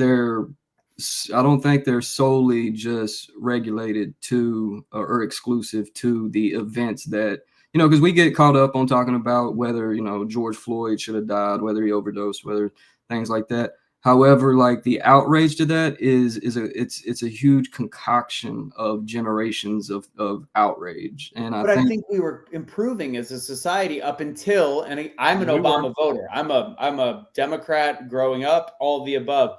Yeah. The country in the 90s after Rodney King, I believe as though we started to become less and less and less and less racist. Now, I've seen some things as I've gotten older. I went to a school that had desegregation, and I realized that those kids today they were getting shitty schooling back in the early 2000s, late 90s, all of that. They were not, even though we went to the same school, they were putting them in like, oh, we'll put them in the city classes. Like, that's bullshit. So that's where I can still see some problems. But the actual tone of this country was getting better and better and better. And then Obama came into office. I voted him in. And next thing you know, racial tensions, and you might feel as though they never were getting better, but I'm pretty sure everything that I can discount, we were getting better. And now we're at a place where we're back to before Rodney King at this point. Well, how I measure it is kind of like, let's say you have a scab. If your scab isn't fully healed, if you pick at it, it'll bleed and it'll reopen the wound. But if it's fully healed, and like, for example, if we were on a trajectory of getting out of that state of just racism and things like that, the scab once pulled off, let's say Rodney King, let's say George Floyd, those things, or Mike Brown, those things, you know, we would still be on an upwards trajectory. I don't think something is an anecdotal event, or even, you know, a few events like Tamir Rice, like Trayvon Martin, Eric Garner, all these things. I think if we were healed to the point that we were at a place where we could say that, where we could be proud of, like, we wouldn't bleed, and I think that's impossible. Yeah. But here's the thing. Go ahead, Cash. Here's the thing, though. Here's the thing, right? When we talk about, you know, being healed from the past or whatever the case may be, and we were on a good trajectory, we would have stayed on that. It wasn't that George Floyd got killed by Derek Chauvin that made this all happen. It wasn't that Mike Brown got killed. It wasn't that Trayvon got killed. That's not what did it. It was the media. Because in the same year that George Floyd lost his life, there was only 9 brothers that was unarmed that was shot by police and killed. Whereas if you look on the other side of it, there was 18 white men unarmed that was killed by police. Right. So they made it a racial issue when it should have just been a fucked up cop issue. It shouldn't have been about race. It should have been police brutality. And they put the race thing on it to make another wound, so a wound wouldn't heal, because the trajectory was heading in the right direction. They did that simply to make white people and black people be at odds with each other, while simultaneously making liberals and conservatives at odds with each other, because white liberals we love black people so much and we just care for you and we're so sorry for everything, while still fucking us and not giving us nothing or helping us do anything. And then you got the conservatives while saying, well, the cops are good and we back the blue and we got to stand with our police officers, instead of saying, that cop was fucked up, which was happening on the George Floyd case. Everybody was like, yo, this shit is foul on both sides. They're like, yo, this is too much. They're like 9 minutes. You know what I'm saying? This dude's dead for like 5 of them. Well, this is wrong. Yeah. But they just kept fueling it with media, saying white cop, racist white cop kills unarmed black man, showing them in a suit and tie and doing the things that they do. And then when a white person, and this is how they do it, when a white kid ends up dead, it's... Well, here's what I feel like. I feel like a lot of the politics and the divide, and the political divide, do stem from a lot of geographical issues, and as long as also economic, because I do believe if we did focus more, if we took race out of the equation and we focused in on, let's say, class, I think you would find a lot then you have the government outnumbered, because you have more people in the lower class that January 6th. Yeah. January 6th. Yeah, a lot of poor, like, white, conservative, rural people, you know, they stick together, you know, like I'm from the South, like I've been to small towns, and, you know, it's just I feel like the culture of police, I feel like, you know, is very lopsided. Not only if like I said, even if you take race out of it. Like I went to school at that Christian, just for an example, I went to that Christian school that I went to about 5-6 years ago. There was a guy there, I'm not going to say names, but there was a guy there who had a lot of pull. I'll say that his family like had a lot of money, donated a lot to the school. Well, he got drunk one night after graduation and ended up killing a mom and completely paralyzing a 9-month-old infant. Damn. And so all of these letters started coming out. Look, the letters of recommendation to the judge to be lenient on this kid. Well, I'm gonna say man. I mean, he was 18, 19 at the time, so he was an adult when it happened. But so you had the president of the school, you had all these, you know, all these different like high-ranking people within the school and the system, sending recommendations to the judge saying, you know, take it easy on this kid. He's a good kid. He never gave us any problems.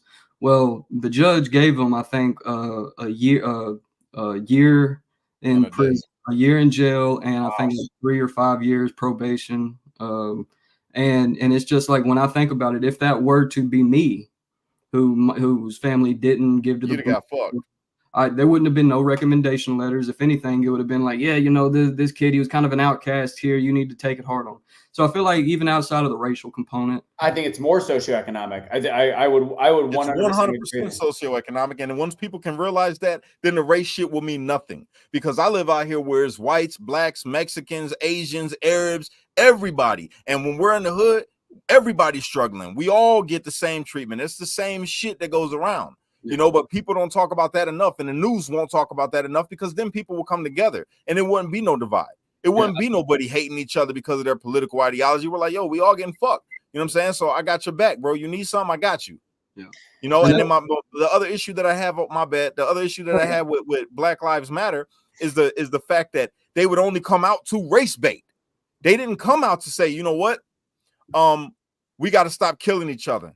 Yeah. We got to stop because we upset about a couple police officers this year that killed an unarmed black guy when motherfucking the dude that we're over here defending actually already got like 4 bodies. He done killed 4 niggas in the hood just 3 years ago. You know what I'm saying? Nobody wanted to come out and talk about that shit. Nobody wanted to come out and say that as well. Yeah. You say what? Antifa's guilty of that as well. Well, maybe they are. That's part of the problem. Yeah. Yeah, I mean, I'll be honest. You know, there's, you know, especially when cases like Tony Tempa, Daniel Shaver, there was what was y'all can help me out, the kid's name that was, I think it was in Michigan. They lit him up and like through the window. He was another kid that was very libertarian. I can't remember his name. You named the 2 that I was thinking in my head. I can't remember the Michigan guy's name, but yeah, I know what you're talking about. So multiple white cases. Yeah. And so there was a lot of cases that didn't get a lot of like, and you know, when the video came out of Daniel Shaver, because Daniel Shaver was from Tennessee, that's what it got on a lot of our radar. You know, just things like that, where it's just like there is a cultural standard within law enforcement that just kind of like, you know, there is, you know, you got qualified immunity, you got all these different things that are safeguards that allow, you know, power hungry people to get away with, you know, going into communities that they don't belong to. You know, this isn't just in urban communities. This is you know, lower income rural, even rural communities. You got people that have felt the brunt end of law enforcement. You know, they're like, and it's not just within, you know, Black communities or urban communities where there's so much distrust for the police. I mean, I don't think before, you know, there was a general consensus, like before Black Lives Matter, before Trayvon Martin, that was just like, you know, one thing that the Aryan Brotherhood and the Nation of Islam would agree on is, you know, FTP. Like we don't like the cops. We don't like so it's just, you know, or the government, you know, like there's always this disdain for government interference, government overreach. And that transcends race. That transcends, you know. So what are your beliefs on the police? My beliefs on the police. Well, my mom's dad, my grandfather, he was a crooked cop. He he actually lost his job. He got caught with a prostitute on the job, and he was a big heroin addict. So he would take drugs, he would plant drugs, he would use the drugs that he took. He would go into communities that again he didn't belong to, and he would do. I mean, it was like a culture thing. It was the Nashville Metro Police that he worked for, and it was a culture thing. I feel like the problem with police nowadays is, like I said, you have these suburban, folks that become police officers, and then they drive 30 minutes to go patrol communities that they don't belong to. I feel like if you were to, let's say when you clock off the job and you're not, and you're a cop, you clock off the job, and when you go home, you're going into the very home that you patrol. That I think that would alleviate a lot of the. I agree. I think most people would agree, but it's not. There's not a lot of people in some of these areas that want to be police officers anymore, because you mentioned the word qualified immunity. It's not really a thing. And I don't think it should be a thing, but it's actually gone the opposite way. Whereas, like, if you look at the case of George Floyd, the fact that the actual policing rule, he was, aside from the amount of time, which you can look at the backstory of the issue with the ambulance coming and the timing in the wrong direction, his knee placement, what he was doing is based on what they were teaching. Mm-hmm. So, I mean, he was doing nothing based on the book, nothing wrong. So then they talked about police officers that, I mean, you can see it statistically, they've left in droves. And I understand. And Cash has a whole thing that's like, back the true blue. And like, you have this crazy, what do you say? Is it back the true blue? Back to true blue, not the crooked cops. Fuck the crooked cops. It's always going to be fuck the crooked cops. It's the fuck the crooked communities. Fuck the crooked people, fuck the crooked politicians, anybody that's crooked. If you're not doing the right thing, fuck you. That's it, until you can do right. But I don't think that's the whole on policing. And again, like, and you Corey, unfortunately, you have a perfect storm of all of these shitty things in your background that are painting this image that, and as somebody from the outside of it, to tell you, I'm like, I can't speak to your story, but I can tell you my experience is, unfortunately, fortunately, I haven't had to have the same interactions. Now, I've actually reported a police officer that it was 2012-ish, 11. I was in Dallas. He took a black dude leaving a club for no reason. Like, he was getting kicked out. He was 15 feet away. The cop came up and suplexed him. And I told his buddy, I wrote down, I go, give me a call. I will do what that was a shitty cop. Right. But I still don't think, I also think their job is brutal in this day and age, because we've taught people that cops are all bad. So I think their job gets harder and harder. So I just have to say that I still I'm a back the blue person for the most part, knowing that there is some crooked cops out there, because if we don't back the blue, we have anarchy, which is kind of the background. Yeah, but here's the thing. This is why that's dangerous to do, because then somebody will use Corey. Say Corey's like, well, I'm the same way with back the true Antifa, or I back Antifa, even though there is some fucked up people that do some fucked up things. And then on my end, I could say, oh, well, I support gangbangers, you know what I'm saying, that support the community, but I know it's just a couple bad ones out there that you want to shoot shit up. We can't do that. And I mean, we can, but it's a bad decision. But that's what's happening to policing, Cash. Because who's going to join? Somebody like me going to join the police force right now? No, I don't want to. Maybe people that are going to join the police force. If they would let me join the police force right now, I'd join the police force 100%. 100%. I feel like it's right now. You're either going to get beta males that are like, I want to do the right thing, or you're going to get those guys that are like, I'm gonna bust the ass. No, I'm going to bust your ass. I'm gonna give you a fair shake, and if you get out of line, I'm gonna bust your ass. That's the kind of cop I would be. That's the kind of cops we need. I'm going to give you a fair shake. I'm going to treat you with respect. I'm going to treat you like a human being. But if you get out of line, I'm not going to hesitate to pull this thing on you. Are y'all familiar with the Christopher Dorner situation? Yeah, why do I know that? So so even, for example, you had Christopher Dorner who on the job, I would say you talking about David Dorn? No, Christopher Dorner. He was a former officer at LAPD. Beginning of February 13, committed a series of killings against the LAPD in Orange County. Yeah, and the reason, and if you go read into more of it, what he did was his partner on the beat with him was pretty much doing very crooked things. And there was an instance that sent him over the edge, was that his partner was pretty much harassing a disabled man, or it could have been a woman. I'm not sure. I know it was a disabled person that the partner of Christopher Dorner was doing some nefarious stuff with. And so when he tried to take it to the higher ups, he was demoted and he was fired from the LAPD. So he attempted to what we would picture, what we're talking about. Hey, you see something bad, you want to be a good cop.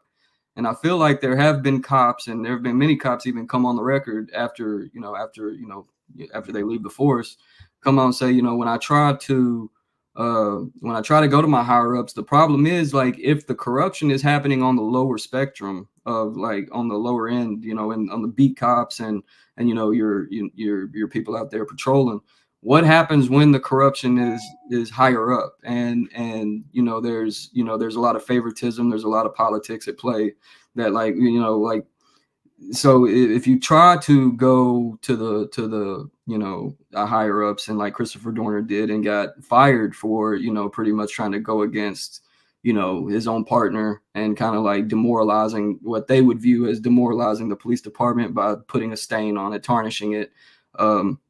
He went on a rampage, and they burned the house down that he was in, because if you take somebody like that in, the story gets bigger than, if you give him a trial, it's going to come out, well, why did he do this? What's the motivation? What happened? And then it would expose the police department. Right. They had to kill him. Yeah. So you had to kill him. Like movie Training Day. Yeah. And so we witnessed that. We witnessed, what happens when, and the LAPD it has a long history of nefarious things. Like, I mean, they got enforcers units in there that are absolutely that play, and it's a full-blown Nazi, group within the LAPD that call them. They have a name for them. I think the executioners or something like that. Well, we got a whole Nazi brigade in Ukraine, but we give them billions and billions of dollars. So exactly. So I feel like, and in America, the American government, just as you speak on Ukraine, like we have a long history of arming the ultra-nationalist Nazi groups in certain countries to destabilize the region of whoever it's a proxy war. And so you have, like, sending funds to, the Nazis in Ukraine to destabilize Russia, to keep, Russia from taking.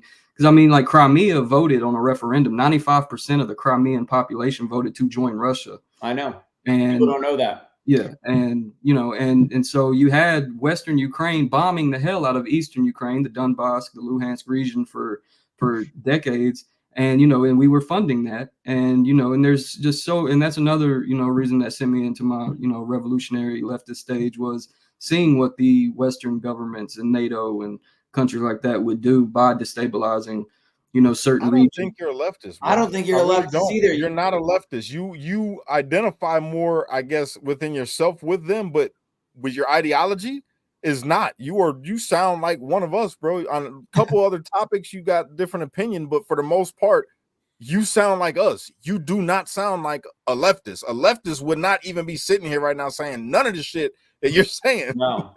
Yeah, I steer clear from a lot of leftist spaces, man. There's a lot of puritanism and a lot of crazy things that go on within leftist space that I got to experience. We can go into some of the stories here in a little bit.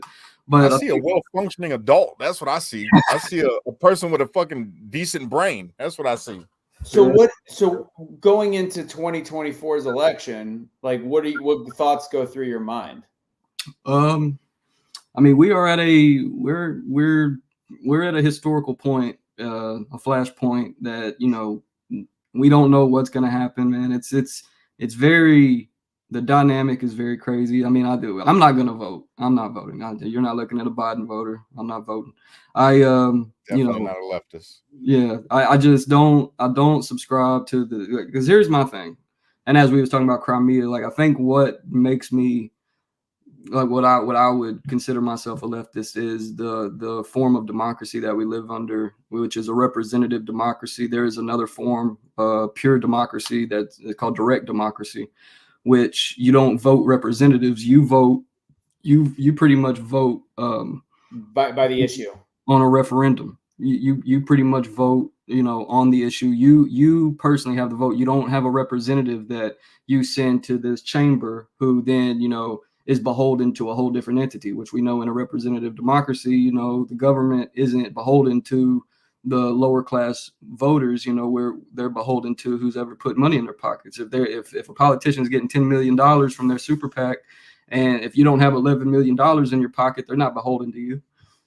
So Right. Which is exactly what I believe on like big ticket items like abortion should be, as a direct democracy.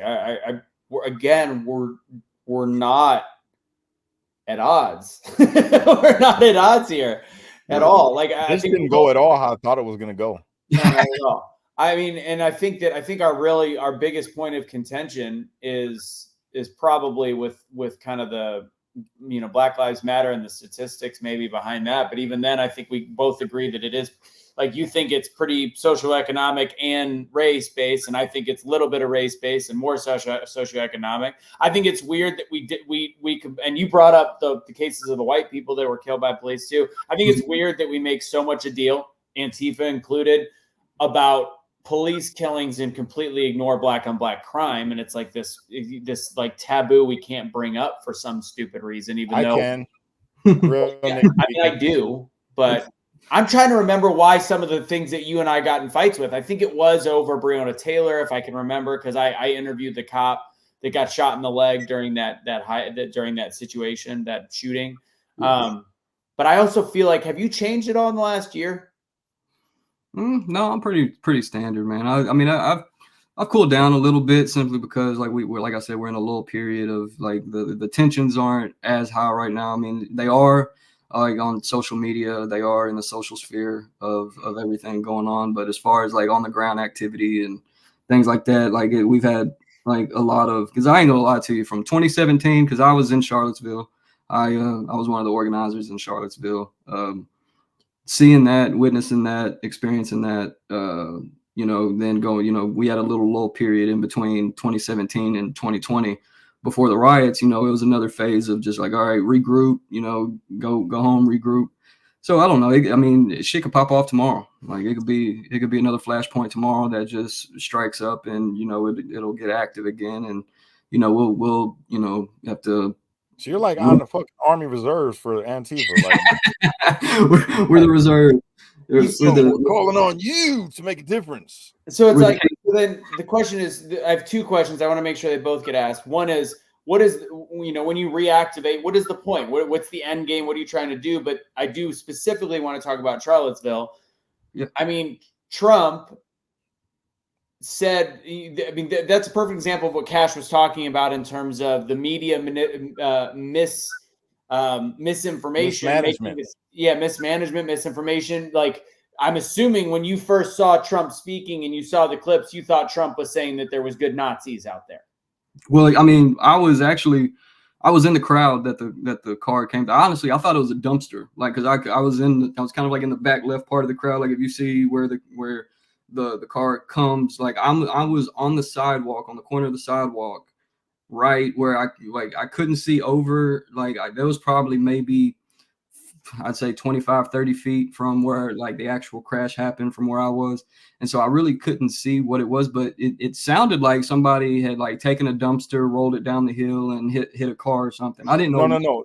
He's not asking that. He's saying that when you saw, when Trump said good people on both sides. Yeah, I went into, so when that happened, like there was a period from when the crash happened to we were going through, we were marching through the city pretty much, we were picking fights, like we were fighting. There was no, and the crazy thing about Charlottesville is there was no property damage except what's even more crazy is it makes what Trump said even more true, because he said, and the media, they're totally not fair. They're unfair. There were good people on both sides, people that were protesting on both sides, good people. In no way am I talking about the neo-Nazis, the KKK, or any racist organization. They need to be disavowed. They need to be disavowed. He was talking about the protesters. Hey, can I just give you kudos on that impression? You hear him do Obama. He does Obama real good too. I can only imagine. So the thing that there's a personal story. So there was a guy who was from Tennessee. He was from Murfreesboro.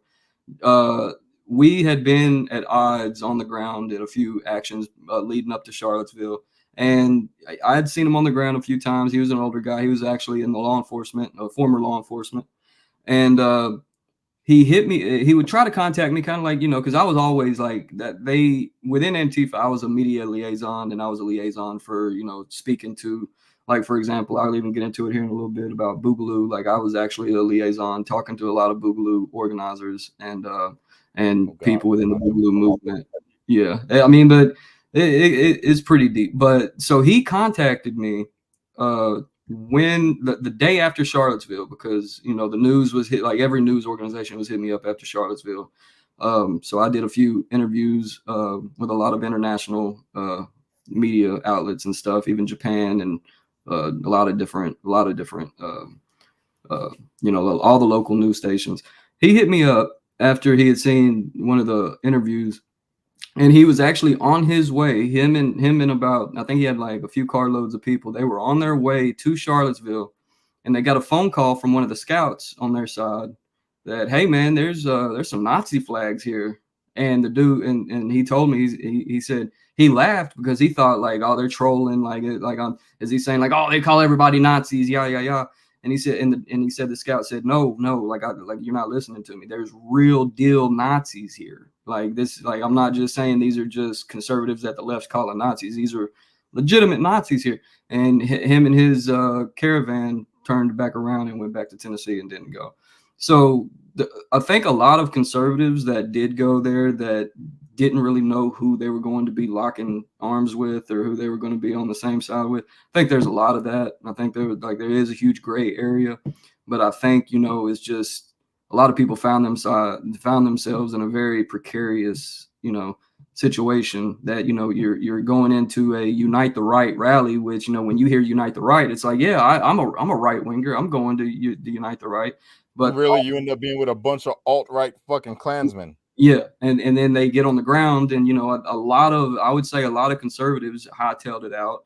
They didn't want to lose their job. They didn't want to be seen on video doing this, because a lot of people did lose their job. A lot of people lost a lot of things that day. There was a lot of sad stories that came out of that. There was a guy, I don't know if you knew, he was marching around in the suit. He had a nice blue suit on. I don't know if it was blue or red, but it was very, like, I think it was an American suit, like an American flag suit. And he's walking around, and he was a very, outlandish character. He just was very out there. Well, he ended up killing himself, like, I think a year later, maybe not even a year later.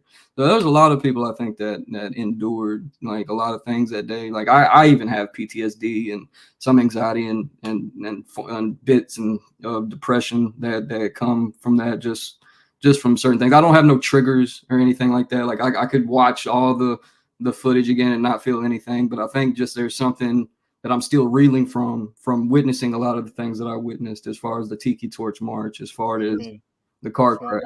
This won't do nothing to you? Oh, I'm triggered.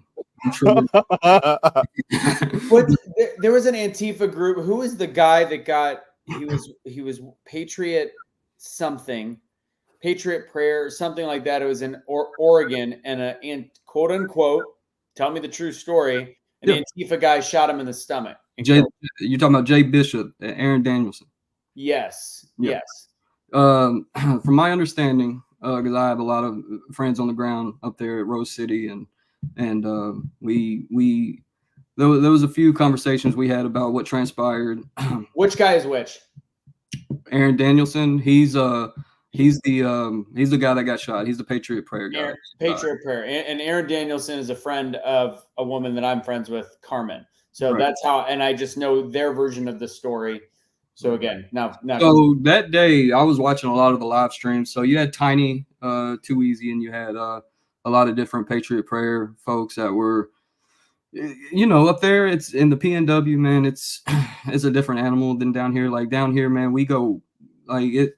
Down here in the South, man, like there was an escalation into armed protests, like Stone Mountain. Like I went to Stone Mountain, there was armed protests there. Like we started, like, so in the South, it's a lot different. But in the PNW, like they were riding around. I know Patriot Prayer and a bunch of the Proud Boys were riding around up there with paintball guns. And they were riding around in the back of the trucks, like shooting at protesters. And and it was a very condensed, like where a lot of the melee and where a lot of the stuff was, where a lot of the conflicts was happening. And then it, you know, just like with anything else, with Charlottesville, with anywhere else, it just kind of spread out. It just kind of got bro. so you had this one section where, you know, like you had Jay Bishop, him and another friend of his, and I don't know how many else was with him. I don't know if there was more than two of them. But they, you know, they were going and looking for, because Jay Bishop had his bear mace on him. So I mean, it was, and you know, when you get into mutual combat shit like that, you never know what can happen in a mutual combat situation, man. That shit can go downhill really quick. And so when you had, you know, Jay Bishop, you know, going around and you know, he was pretty much met with a couple of anti-fascists that were Michael Reinhold being the one. He pretty much, you know, found himself, you know, face to face with a conflict, and you know, it's just one of those. And I don't know if y'all remember it's kind of very, very similar to the Denver shooting where the front of the Capitol building. Yeah, and where you had that one guy, I think his name was like Lee Kelton, something like that. Yeah, he you know, he raised his bear mace. And it was kind of like a quick draw. It was like you got a gun on one end in one hand, and you got bear mace in the other. And the guy in Denver, you know, was found not guilty. I mean, he was charged, and they ended up dropping the charges after, you know, the footage came out that he, you know, it was instigated. It was, you know, it was pretty much he shot the bear. He shot him right in the face when the bear mace went off. It's kind of a similar situation when you look at the video of Aaron Danielson or Jay Bishop. That, you know, it was pretty much one of the bullets went through the bear mace in the Jay Bishop case. In the Aaron Danielson case, it was one of them quick draw things. It's like, you know, it's kind of the name of the game when you get into situations like that. Kind of like if I went to January 6th with all my Antifa gear on and I'm looking for a confrontation and I got a gun on me and I'm going to get pressed. You know what I mean? Like you go into situation. Yeah. We were all there. What's your opinion on January 6th? I was planning on going there. The execution was terrible. You know, it was, I will say the practice in theory was, I would, you know, any direct action against the government or the federal government, I co-sign. That's you'd have been on the same side as the Patriot side.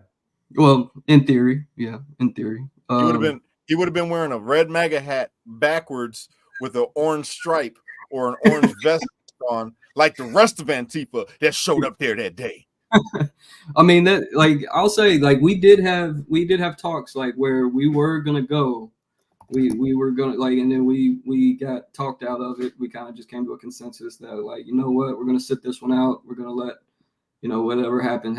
And it was actually the only time that I remember that we refused to be on the ground. Like you in particular in your group or all of Antifa?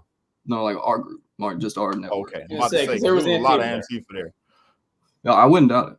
I wouldn't doubt that there were definitely, you know, people there exploiting the situation. I mean, because it was a situation that could be exploited. Why didn't the Antifa get arrested?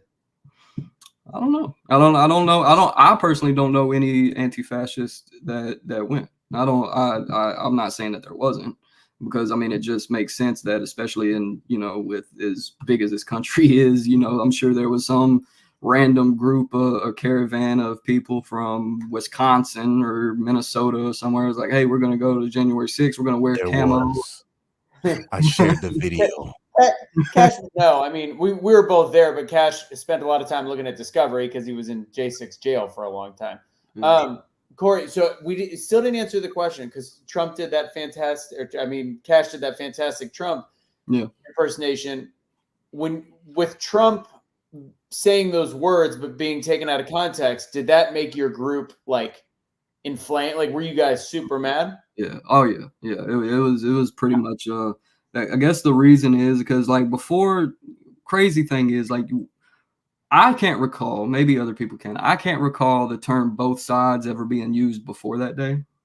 Like, I can't really think of a situation where the term, like, well, both sides are to blame. Had good people. Yeah, or good people on both sides. I can't recall a time before that where that was used. So it kind of felt like a gaslighting moment, because it was like, it's an historic moment. It'll be something that does go down in history as here's the cool part, though. Here's the cool part. Trump didn't demonize the people that were on the left that were protesting. He said on both sides, the counter protesters and the regular protesters, there were good people on both sides. And in no way he didn't call out Antifa. He didn't call out Antifa. He called out neo-Nazis. He called out Klan. He called out anybody that was white supremacist. He said, I'm not talking about any white supremacists or neo-Nazis or whatever he said. He said, but he didn't say Antifa. He did not say Antifa. He left Antifa out of it and just said on both sides there were good protesters. That wasn't these white supremacist fucktard assholes. Mm-hmm. Well, and that's the thing. Like I try to differentiate, because I'll be honest with you, before Charlottesville, like the first action I went to was actually in Chicago. That was my first ever action on the ground.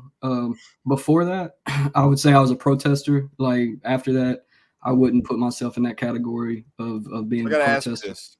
I gotta ask you something, Corey. Yeah. When you came to Chicago, was you one of the brothers that was in the black mask, or do you know of them brothers that was in the black mask that had on BLM shirts that started breaking shit and looting the stores during COVID that led to the ransacking of Michigan Avenue? I don't recall that. No, I wouldn't know anybody in this. See, our affiliation in Chicago was ARA, which is Anti-Racist Action. They have a long standing history dating back to the 80s when ARA network actually originated. AARP? No, hell no. I don't think so. I doubt it. But they were in response to they were an anti-fascist, anti-racist collective that was in response to the rise of the skinhead movement in the 80s. So, and I don't know, a history lesson for anybody that doesn't know, the original skinheads were actually anti-racist. Like, it was actually an anti-racist. Well, that went haywire. What a fucking flip. Wow.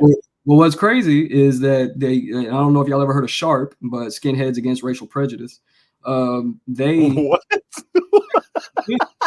Yeah, look it up. Yeah. So they actually called the Nazis who co-opted, because what Nazis started doing, which Nazis and fascists are very good at doing, is co-opting and rebranding.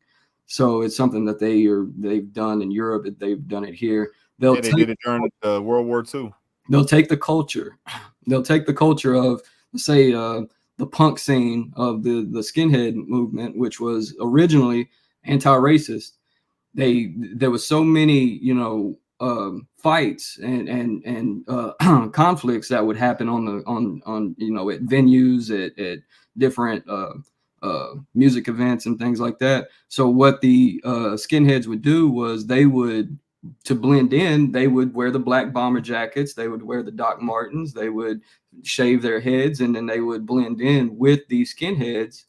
And then that is where the rebranding came from. So then the original skinhead movement, which were the anti-racists, they could no longer, since it became big that skinhead is affiliated with racism and Nazism, what they couldn't do was have that same persona. They couldn't have that. They couldn't have so they had to, so when you get into the subculture like that, like you'll find tidbit of information of things like that. But originally skinheads were anti-racist, which is why you still have some skinheads like movements like skinheads against Black Panthers. Yeah, I mean, and you even look at the Black Panthers. It's like the ideology is how I don't really look at party or as much as I do ideology. I feel like ideology is very more prevalent in people's minds as opposed to party. Because you got conservative Democrats, you got liberal Republicans. It's just I'm trying to tell people that, and they don't listen to me when I say that. Yeah, it's some hard for a lot of people that are very surface level when it comes to politics to understand. Like, well, a conservative is associated with Republican. Liberal is associated with Democrat. There is no gray area, but there's a huge gray area. Which is right now, there is nothing liberal about being a Democrat, to be totally honest. Right. And I mean, there's not really much liberal about being a Republican either, but the Democrat Party has moved completely away from liberalism. So real quick, because I'm not getting the full answer on the Trump thing, because again, it sounded like you were mad about it, as you probably should have been by hearing it. Since you were there, that's why it's important. Yeah. How do you appropriated rage? Yeah, I mean, we took it as like the very person that, you know, is symbolic to the reason that there was such a huge push for the Unite the Right rally. Is just like, you know, he gave voice. He kind of, you know, it was very haphazardly how he you know, kind of disavowed the white supremacists. But however, you know, on the ground in Charlottesville, you had a lot of MAGA hats, you had a lot of Confederate flags, you had a lot of the ideology that I was referring to that were there. So it's like you had some people there that were under the banner or under the umbrella that Trump has kind of emboldened or encouraged, and it just kind of, you know, it meshed together. It grouped everybody in. But I'll say this, we wasn't that outraged when we heard it, because first of all, you would have to be surprised and taken off guard. For us that have been doing the work that we've been doing, like hearing that from it, we actually expected worse. Like we actually expected, like, you know, round up every leftist that was there and give a medal to, you know, we wouldn't have been surprised even then. You know, it was just kind of one of them things where it was like, yeah, like it more generated more animosity and more conflict with the media, CNN, MSNBC, all the liberals, all the Democrats. Like they're the ones that kind of took hold of the both sides. Like, oh, he's saying that the Nazis are good. It's kind of like we wasn't really surprised. We kind of expected that. So when you get into that, you know, when you kind of get into that level of the subculture of the political realm of Antifa and being on the ground and doing things like that, things don't really, like showing up to a rally and seeing a bunch of Nazi flags to the average person who's on the surface, that would send them like we just had a Nazi march down here in Nashville like 3 weeks ago, and everybody's posting it online like, oh my God, why are we allowing this? What is going on? Blah blah. And it's like you could tell people are very emotional because they're like, it's like they're surprised. But for people like us, it's like, well, I mean, why are you surprised? Like, it's just kind of, I mean, answer the question. Like you know that it was probably a little bit of fallacy, a little bit of false rage. And at the same time, the reason you grouped it all in is because there was a lot of MAGA hats that just so happened to also, I mean, they were on the counter side as you. So that would probably make sense on why, whatever. I get it. So then the question is, because you're talking about mutual combat, you're talking about, you know, how the bear mace and the bear spray and the shooting and the being prepared. And so when you're showing up for combat, you're not a soldier. No. What is not in the governmental sense? No. So what is the point? Because I mean, you guys portray the way that you organize. It sounds like is very soldier based. So what is the end game? I think it's very militant based as opposed to soldier based. It's very because you know, it's very, like I was saying earlier about, I don't really put myself in the category of being a protester, because I'll be honest with you, like throughout history, like I couldn't imagine if let's say the Boston Tea Party, if they just held signs on the sidewalk and said, please don't tax us. Like, I don't know. You know what I mean? Yeah. Like it's like at some point you have to cross the line at some point. Like, and throughout history, we see where that's happened. We have anecdotal experiences and real life experiences where people are like, you know what, asking nicely and holding signs and standing on the sidewalk, obeying the laws and all that stuff only goes so far. Like, so what's the end game? Sorry, Cash, before you do that, well, go ahead, Cash. No, yep. I agree. I mean, I know that sounds crazy. I agree with that 100%. Like, I don't disagree, but what is the end game though? Like, what are you guys? What is it? What is the plan? What is it? Like, what has Antifa done in the last 3 years that has improved anything? I think Antifa over the last few years, because 10 years, whatever. But yeah, I'd say I would say about 8 years is when Antifa finally made its way west. Like, I mean, the thing is, like, we took a lot of our style and playbook from a lot of the European anti-fascists that are far more active than we are, because they have a long history of being active. Like there isn't, like they have decades and decades, if not generations, if not centuries of a culture of building a culture, building relationships and things like that. When Antifa made its way over here, the problem we faced was that a lot of liberals were co-opting Antifa, and kind of like they liked the appeal to it. They liked the, because, a lot of liberals that were radical liberals, like, like especially if you go back to the G20 summit, if you go back to the WTO in Seattle back in '99, and you go to the G20 in 2011, 2012, you had a lot of liberals who liked the appeal of anti-fascism. They didn't like the tactics. They didn't like, so you had a lot of people that bastardized anti-fascism over here, which is, we had to deal with that even while we were the most active in building our relationships. We were also at the same time simultaneously having to weed out the radical liberals. And so our frustration is probably with the Antifa group that is not part of you. So then what is you have more of a classical view of anti-fascism. So what does America, like Jamie's question asked it right, as I say, what is the end game? Mm-hmm. Her comment was, what does America look like in your world? So I would say, especially the difference between anti-fascists and your average classical liberal, not the neoliberals of the West today. The big difference between anti-fascists and the classical liberals are that, again, it goes back to the reformist ideology, is that we see a more direct approach to dismantling the system as it exists now, as opposed to partaking in the system or protesting the system and kind of trying to reform it from the inside. How do you dismantle the system then? I hope I can go on. I hope I can go on the record and on here and say without, getting a knock on the door. But you have to go at the structure. You have to go at the root. It has to be strategic. It can't, which like is a real insurrection. Right. Well, yeah. So like not breaking Starbucks windows, not breaking Starbucks windows, not engaging in stupid. So why is that what the predominance of Antifa does? Is that because that is not part of the true Antifa? Even though, like, you got to realize that's what Antifa is labeled as, the people that go around cities and bust shit. Well, and this is another thing.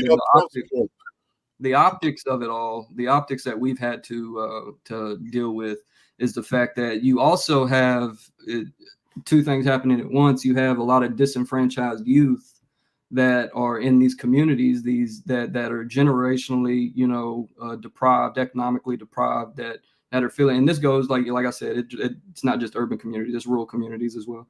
But you have the optics of your network, or Antifa, the name Antifa, being associated with every bit of property damage that happens with people who are apolitical, don't give a shit about politics, couldn't even tell you what Antifa was, but they were engaging in kind of like just the mass chaos and the mass riots that were happening, which you would consider opportunists. That kind of just like, I couldn't even tell you who the president is right now, but I'm going to go out here with all these people and start fucking shit up. And they're well funded as well. Yeah. I mean, I didn't get no funds. You're not funding. I'm learning that right now, real quick, Cash. Your group of Antifa, I'm going to be under the impression you don't get any funding. The group of Antifa that we believe is Antifa, they have massive funding, and they're the ones that are tearing up shit around cities and doing all this stuff, which leads the question, like, if you're a true blue anti-fascist and part of that organization, you have to realize that you have been completely bogarted by a group that doesn't represent you. And that's actually what represents Antifa in this country. That is actually what we believe Antifa is. And until you guys call them out and make it very clear that's not you, then you're kind of grouped in with them. Just the same as if I don't call out racists, I might as well be them. And to piggyback on that, it's the same exact thing. What's happening to you has happened to the MAGA movement by the retarded, racist, white supremacist, them people that claim to be MAGA. they don't represent us the same way that them people that are called out to do the things that obviously that you haven't done are making a bad name for you. And my second question, first question will be, does your group go around beating up elderly people that wear red hats? And my second question is, who is your uncle? I know your aunt's name is Tifa, but what is your uncle's name? My uncle, Soros. Whoa! That was good. There I can't believe he picked up the joke. I'm like, he's not going to get it. He got it. That was pretty good. Hold on, I got the joke. I just said that. That's the first thing that came to my mind. And that was good. Tifa. Yeah, I get it. Yeah. Anyways. But no, I mean, but so even to use January 6th as an example, you had people there. You were kind of at a crossroads when you're there. You're in front of Trump. You're listening to him speak. You feel like you've been wronged. You feel like there's something astronomically just like very corrupt happening in front of your face. And regardless of the motives, regardless of whether it's right or wrong, the morality of it all, you're at a crossroads where it's like, well, do we just sit here, listen to him talk and go home? Or do we storm that shit? Like, and so you have a lot of people that, you know, and there's a lot of conservatives you'll see, well, they weren't a part of us, like they wasn't with us, blah, blah, blah. But it's like Cash will speak to the fact that they were. There was definitely some ultra right wingers that are there. And like I said, right wing Antifa. Take the motives out of it. It's just like you had I mean, you're already there. You've got the numbers. You've got the willpower. You have what's the term? You have the momentum. Yeah, you have the momentum. You have the inspiration, and you're there. It's like, you're not going to get that again. It's going to be hard to get that many people together. And none of us had that. Like there's a handful of people. What's that? I said it's not going to be hard. I'm just kidding, FBI. I'm just joking. Knock. But literally, you see people say that. That's what people, my friends, be like, you guys were trying to storm the Capitol. None of us were trying. Nobody was trying to storm the Capitol. I was trying to occupy the Capitol. We weren't even. I don't think that was anybody's initial plan to occupy the Capitol, except they just sit in. But see, that goes to my point is, you could be there, and it might not be like, just like with Antifa in this metaphor. You're there, and things will happen. Things will happen that are outside of your power, and it's like you just have to take what comes with it. Like it, and that's kind of like what we've had to do. Like, but I mean, we've done our best to try to control the optics. It's very hard because not many people within our spaces are willing to speak publicly or willing to do what I'm doing, pretty much. The fear. I mean, I'll tell you, no, it's not that. I'll tell you why. See, this is what I get from you. You don't seem like the person that was there to try to incite any violence when you're out doing what you're doing. You don't seem like the type of person who was there to go and fight anybody or to break anything or to steal something or loot a store. That's not what you seem like. But the people that don't want to get on here and talk are the people that were there for that. Them are the people that have something to hide. Okay, yeah, we went out there and we fucked up that Trump supporter, that old man wearing the red hat. Yeah, we were there and we broke windows. Yeah, we were there and we turned cop cars over and set shit on fire. And they don't want to talk about it because they were there to do wrong. You don't go there with any malicious intent, which is why I say you're separate from them, bro. I know you identify with them, but you're different. Are you familiar with the AutoZone dude that blew up the AutoZone in Minnesota? Nuh-uh. So it came out that he was actually a white supremacist that wore all black, which, anybody could wear all black. Right. Or like the battle. I don't know if you've seen the movie Battle in Seattle, which was pretty much the whole. I mean, it's got Channing Tatum in it. It's got a lot of good actors in it. You should watch it. It's a very historically accurate depiction of what happened. But pretty much what you have, and even in Charlottesville, I experienced it. We had. You had people who were getting dropped off like by cars or by whatever, and they would be like wearing motorcycle helmets. They would be just completely blacked out, and you could tell, like, because usually, like, especially when you get on the ground and you have like the structure that we had or at times do have, Sometimes it's very structured, sometimes it's not as structured, but we can always pretty much tell. We have identifiers that it's like, all right, they're with us. We know that person's with us. Whether it, like how you were saying about orange tape, right? Yeah, you have identifiers, and but there's another entity that also has identifiers, which is law enforcement, which is police, because it's like you don't want a friendly fire situation where if your whole goal, just like in Seattle, just like in Charlottesville that I experienced, you have law enforcement or bad actors, even if they're not law enforcement, they could be paid by law enforcement, they could be paid by another entity to do whatever nefarious stuff that they're wanting to do. What they'll do is, they'll have identifiers, like whether it be on their shoes, it'll be something very small. And I was typically one of the people that could point it out really quick. Like as soon as I seen a G-Shock and some military boots, all right, that probably ain't one of us. But it was kind of just like, we in my instance. There was a guy that got out of the car. This was all before the crash. We were all like kind of like regrouping after the initial conflicts and stuff. And there was a guy that came up to our group by himself, blacked out, couldn't see anything on him. He had all kinds of stuff on him, like all kinds of different like batons and just different stuff on him. And he comes up to our group, which is something we know is very out of the ordinary. Comes up to our group and said, "Hey, can I get in with you guys?" And it was just kind of like, you better get the fuck away. Like, we don't know who the fuck you are. Like, you're not vouched. And that was another thing within our networks and what kept us kind of, together with our different affinity groups is that we knew who was who. We had a vouch system. We knew who was with us, who wasn't with us. And when there was somebody that came over, even if that person wasn't a bad actor, even if we couldn't determine that person was going to do anything nefarious or to tear up our optics or whatever their goal was, you wouldn't let him in. It was still a liability. Do you know who Taylor Hanson is?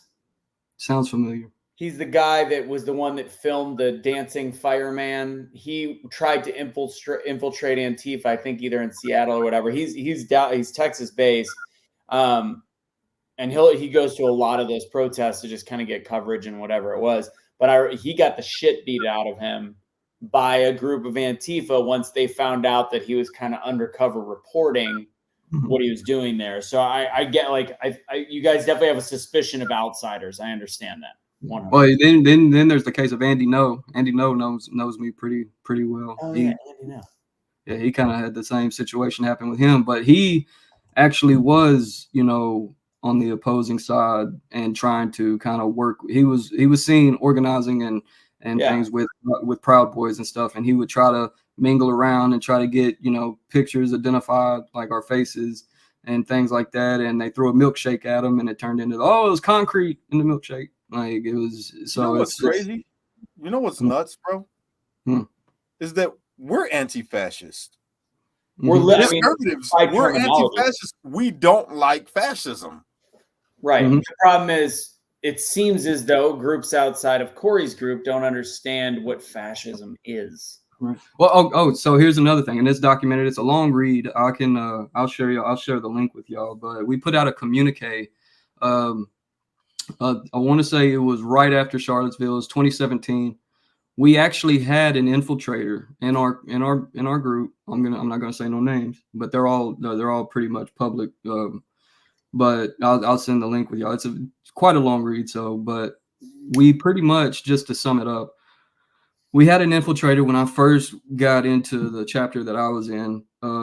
There was somebody there that that looked a little out of place. Didn't look like somebody that was from the culture or the subculture of anti-fascism, the punk scene, just the scene in general. It looked like a very upkept person. Well, come to find out, this person was a professor.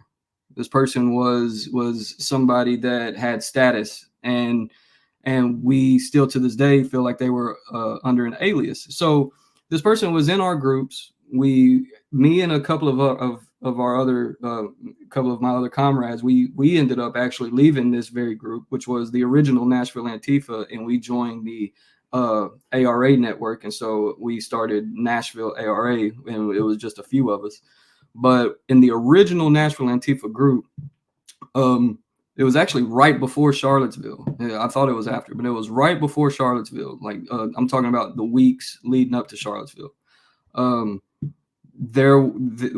had an inkling that there was something up, and so there was a lot of communication going on with other groups within our network and that were loosely affiliated with our network that also were in touch with this same person. We'll come to find out this very person who was a professor also had a twin that looked exactly like them that was also up in the Michigan area who was kind of doing the same thing. We'll come to find out that they were both working together and were sending messages to different groups through social media saying, do you need body armor? Do you need this? Do you need Trying that? to set y'all asses up.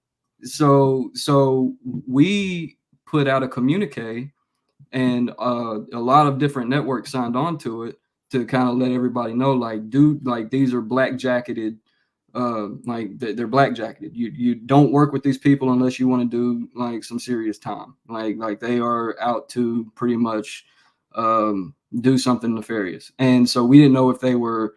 I mean, there was opinions that they were Democratic operatives. There was opinions that they were law enforcement. There was so many different opinions floating around, but we didn't care to find out. We just wanted to alleviate ourselves from that. So we all put out a communique. And so we internally during that time were on top of, because during that same time period, actually the very night I was on the way to Pikeville, Kentucky. I don't know if y'all ever heard of Matthew Heimbach and the Traditionalist Workers Party. We were on the way up. We were on the way up to Pikeville, Kentucky. And I get 30 minutes outside of Pikeville. It was about midnight. And I get a phone call from my girlfriend at the time. And she says, I think it sounded like a gunshot outside the house, like a very loud gunshot, like somebody shot a shotgun at the house. Well, I told her, I said, don't call the police. I'm on the way back. Don't call the police, whatever you do.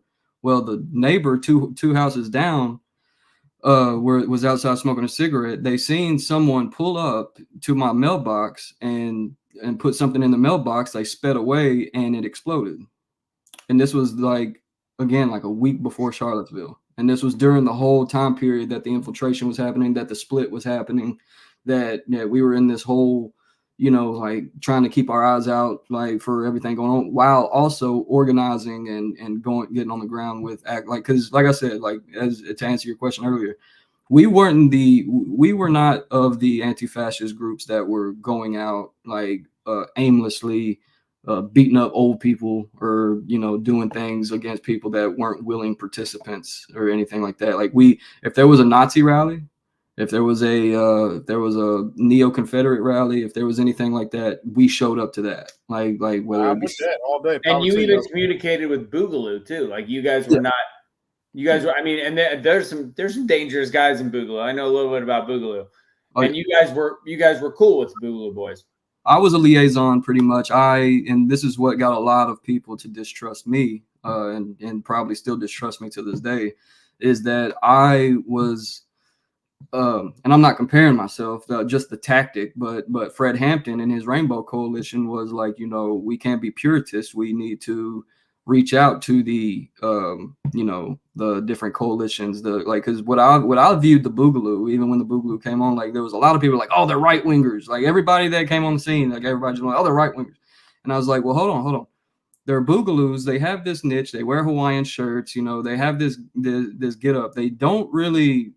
So it felt to me like the Boogaloo was politically homeless libertarians that were, didn't want to affiliate themselves with, Confederates or white supremacists and things like that. So they had their own, and they had brawls. Like I was there in Columbus, Ohio, and they had brawls with Proud Boys there. Like they worked alongside a lot of our within our networks and stuff. So when I was talking to like a lot of people within the Boogaloo, there was more intersectionality with a lot of people within the Boogaloo, which is what I tried to tap into, which was distrust for the government, a lot of different different things that we kind of coalesced on, and it worked for the most part. But the Boogaloo didn't really understand the OPSEC the operational security that it requires to not get, swiped up by the feds or law enforcement. So, I mean, they were just letting anybody in. They were just like not caring, which is why you don't like Boogaloo was very short lived. I picture you guys like stepbrothers. When they're like, what's your favorite dinosaur? Velociraptor? Do you hate white supremacists? I hate white supremacists. What's your favorite white supremacist group to hate? Neo-Nazis. Did we just become best friends? Yeah. I mean, I just have a couple more questions, like literally just two. I was going to ask about how you felt about Kyle Rittenhouse, but I don't know if that's important. Why? So say somebody like Tony Timpa. Mm-hmm. Why is it that, to me, from the outside, the selective outrage based on even your faction of Antifa is strictly race-based? Wouldn't Tony Timpa have been a case where you guys would protest as well, but I don't think you guys did?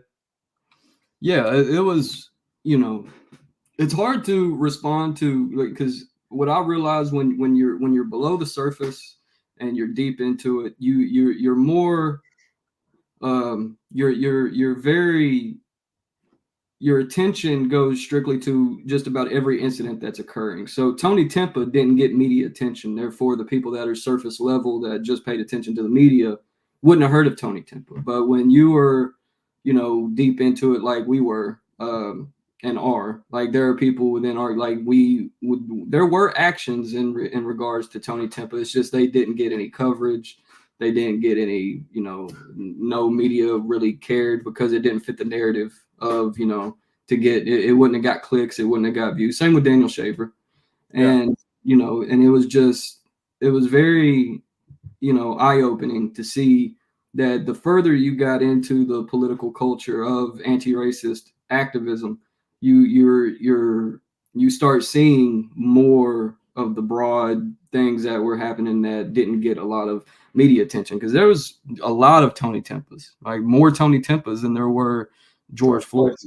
Yeah, like and but again, it didn't fit the narrative. It didn't get clicks. It didn't generate the conflict. It didn't fit the narrative. So you guys didn't know about it when it just happened. I guess that was part of it. We did personally. We knew about it. Because we, like I said, like we kept up with every little incident that happened, whether it was a white person. So why weren't you activating on those and only on the more virtue signaling side? Well, Tony Timpa happened in 2016, right? So we weren't really. I would say, Antifa wasn't really. That's why there was so many small actions with Tony Timpa, because it was mainly localized. It was mainly, the people of that community that were like, hey, cops killed this man unjustly. And you would have very few people, like you had like Roland Martin who would bring it up, or you would have very few people that would actually draw attention to that incident itself. And, then you just had to wait for, the media to pick up on a Tamir Rice or on a George Floyd. And those are the things that got clicks. Those are the things that generated the most outrage. But our outrage stayed the same. Like it never. So I got it. I understand this completely. Your faction of Antifa is really conservatives that don't know they are, and all the rest of them are just fucked up. Well, I mean, I would say this. I would say when you look at the history of Antifa in Europe, like it was mainly working class, lower class people responding and reacting to. Which was mainly white folks, like Antifa. That's when you look at Antifa. Why you look at Antifa now, and it is mainly, a large collection of white folks. You do have, a little sprinkled in of other ethnicities and stuff like that. But when you look at the Antifa in Europe, it was mainly like working class, lower class people that and if you even come over here to the, like, let's say, for example, the Haymarket affair in 1886 in Chicago, mainly your unions, humans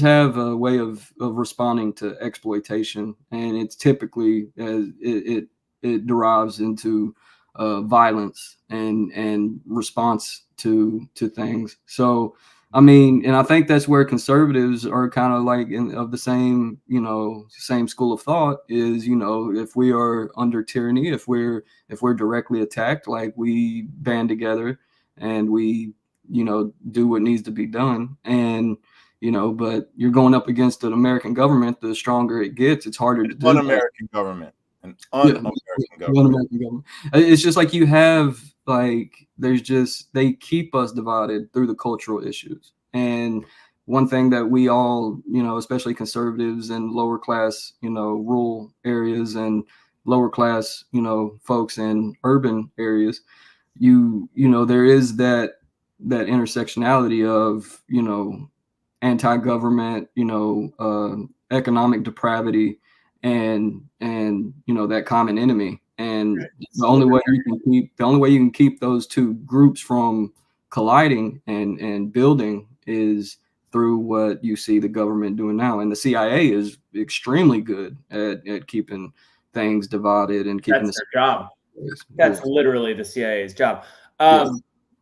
Okay, so the one thing people keep asking in the comments, and I'm curious. I mean, I'd be curious on a lot of topics like Israel and all that stuff, but let's like something that's more American based. And would you consider yourself somebody that loves America or no? It's weird to love a piece of land or a nation. It's just kind of like there's too many things that come with it, like the government. Because when people say like you love America, are you proud to be an American? I reserve my pride for things that I've achieved. I don't think I achieved anything from being born where I'm born. If I was born in Indonesia, if I was born somewhere in the world, like, would I be proud? Like, it's kind of like I just pride should be reserved for achievements and accolades and I think so. That's where we do disagree. I think America has a lot of great aspects. So I get where I actually totally understand where you're coming from. I'm still proud to be an American because I do think the good far outweighs the bad. But that was my question. The reason I asked that was kind of leaning into protecting the borders. What is your opinion on what's happening at the southern border? Well, I mean, this is a very nuanced, very intimate topic because somebody with my philosophy, I believe, borders are pretty much imaginary and upheld through force. So if we were to go back to the old days, Texas would go back to Mexico. Like, it's just, but again, you had the Battle of the Alamo, you had, the different military events that took place that kind of that a lot of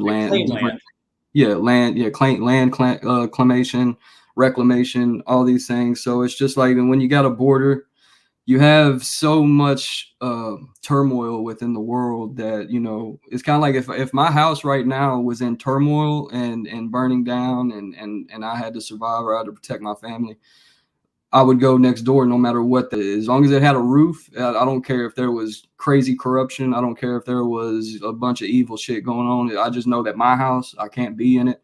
I got to go next door. But they're not even going next door. The bulk of people coming through the southern border aren't even Mexican anymore. They're South American, they're Haitian, they're Honduran. I mean, they're from everywhere. So right. So we do.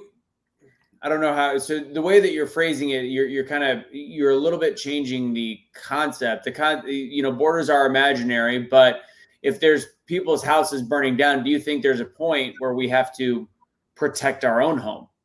Well, yeah, I think, just logically or logistically speaking, you have to somehow create an order of what's going on. I think where we have messed up as far as the border goes is that 3% of green card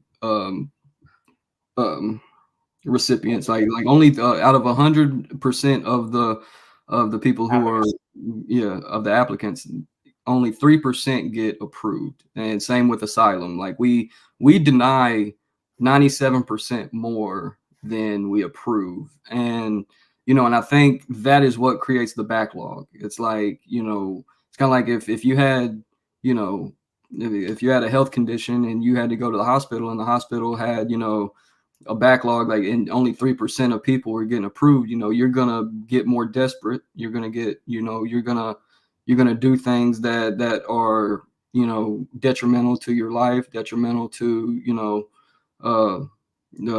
we agree that we have a broken immigration system. I agree with that part, but I still think what's happening at the border is not just a byproduct of that. Go ahead, I gotta chime in on it. So here's the thing. In a perfect world, if I was created perfect world, we wouldn't have any borders, and because people wouldn't break the law and everybody would have everything that they need, right? But we live in a world that has become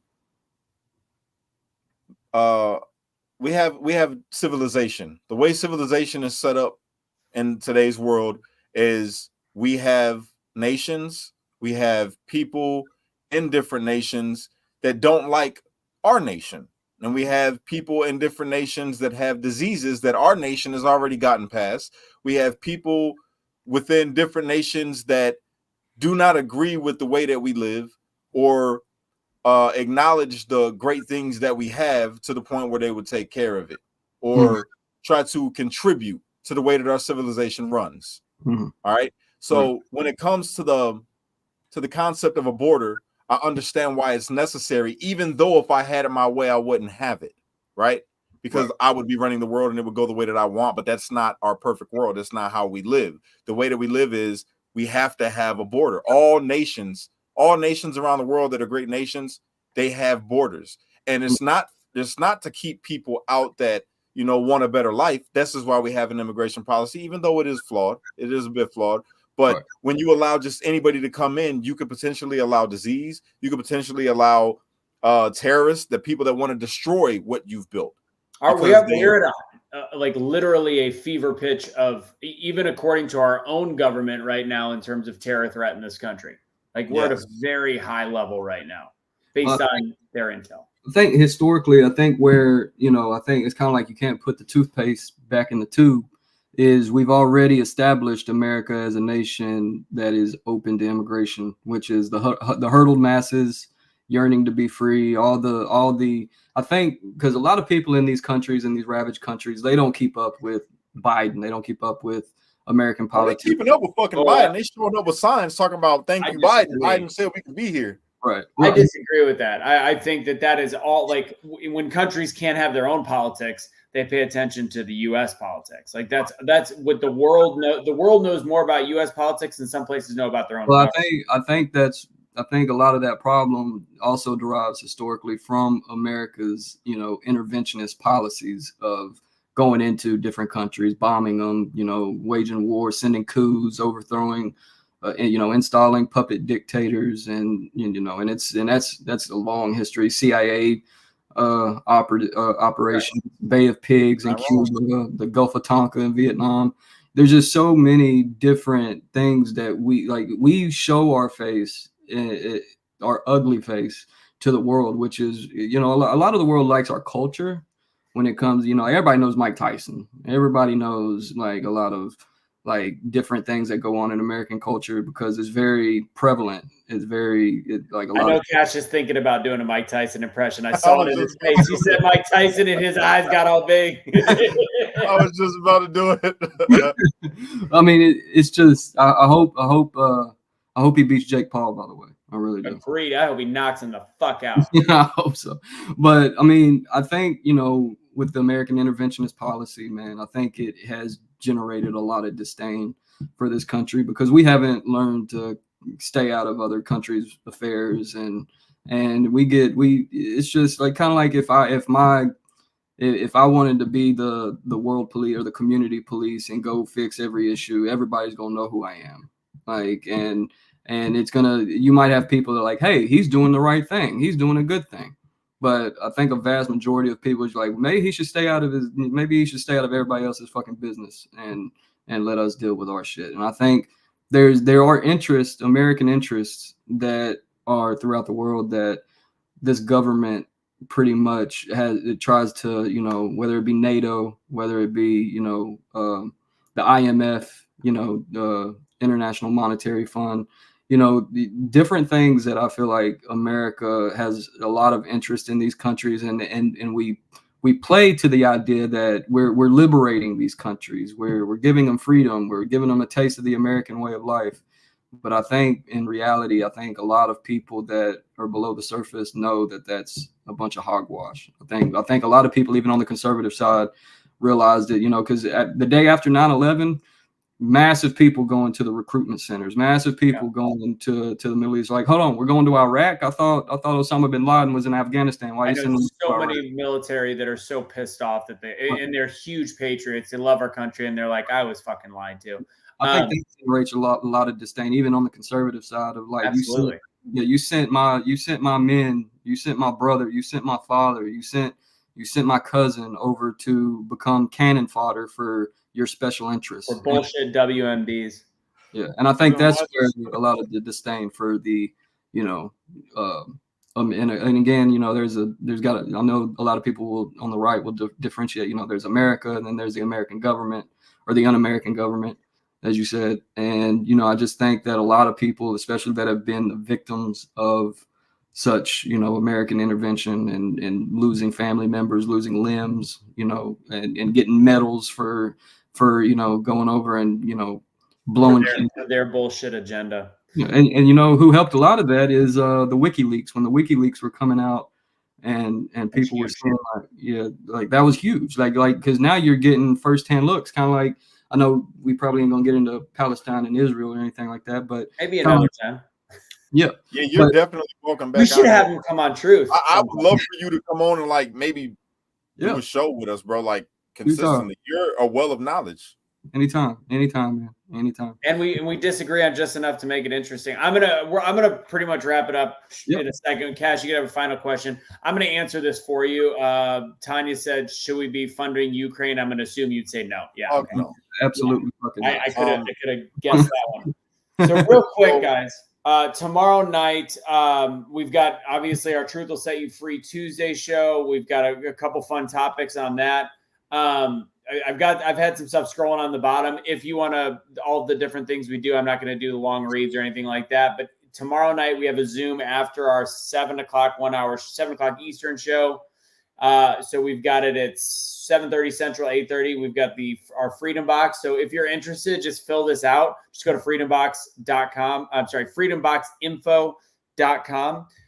Fill that out, put interested in the chat. We'll find that. The other banner that I've had up, clearly, if you always like our gear, where is that? Go get the gear, you guys. Go check out awakenotwokestore.com. Enter Truth for 20% off of everything else in the store except stuff with my face on it.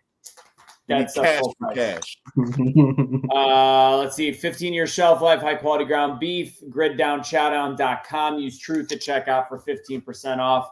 And then lastly, the water that Cash always pretends to drink, Century H2O. Use Russo 10 for 10% off at checkout. These are things that go under the sink. You only need to change the filter once every 18 to 24 months, and it is better water than anything you could ever get at Brita. I think Corey's drinking a margarita right now. All right. Water's so clear that you can't even see it. Good guess. It is a margarita, right? It is. Man, that's got to be a warm ass margarita. All right. I want to just before we wrap up, one thing. We're not right. We each get one more question. Oh, I don't have a question. I have a statement. Okay, go ahead. I just want to clear something up. The reason why we went into Iraq instead of Afghanistan first, Dave Chappelle already showed it with Black Bush. Nigga trying to kill my father. Man, that's classic Dave Chappelle, man. Nothing be said. All right, my last question to you, just based on how you feel about politics, and I know Trump is imperfect, and I think Cash is probably more of a Trump fan than I am. I am a Trump voter. I was a Trump fan at one point. I still like him in a lot of ways. I've got issues with him and the how much he loves the vaccine, apparently, some stuff. I don't love the way that he talks all the time, but as a whole, based on your belief system, he's as close to a politician as you've ever had that would fit your actual ideals and ideology. So why do you dislike Trump? That's my last question. I think it's more of like who he speaks to, because again, like, that's his fault. I know, but as far as like what I went through, like, and where I'm from, I feel like if I was born anywhere else or if I grew up anywhere else, I'd probably be a Proud Boy. Like if I had the same mentality that I have being active, if I had any other environment, if I was geographically, like if the situations were different, if I was accepted at the Christian institutions I went to, if I didn't have the experiences that I did, my outlook would probably be different. It's molded. A lot of my experiences molded what I believe. But I feel like for me to support Trump, if his base wasn't, and when I say base, I like, because there again, you have a condensed base, and then you have like people like you who I wouldn't put in the Charlottesville Nazi category. So there's a lot of you have a lot of gray areas, and it's just when I'm around the people that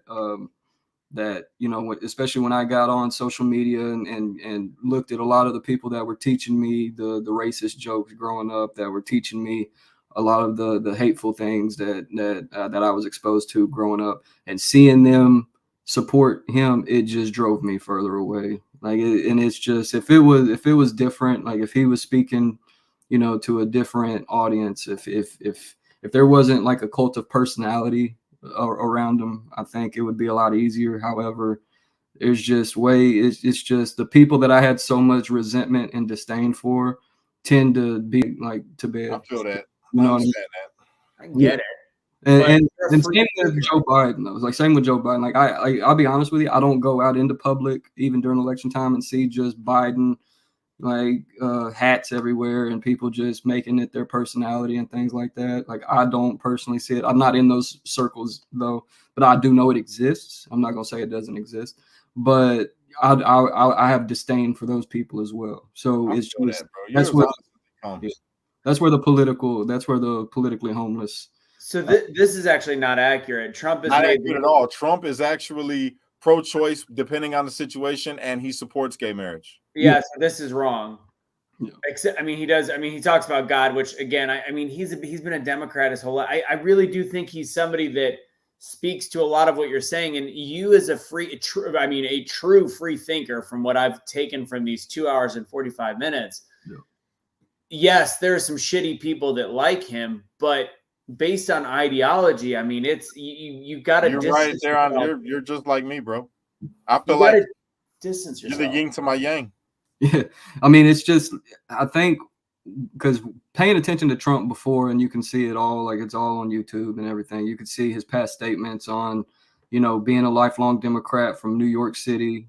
He was what we would call, if before he walked down that escalator in 2016, or 2015, what we would call him is a neoliberal elitist, from a coastal elitist from New York City, who is also a billionaire, who is completely out of touch with that. But I think as a businessman, just as any person that runs a business, you got to know what to say, who to say it to, and how to say it. And I think he saw there was so much resentment, especially going from the Tea Party movement and the Sarah Palin, Mitt Romney, John McCain era of conservatism.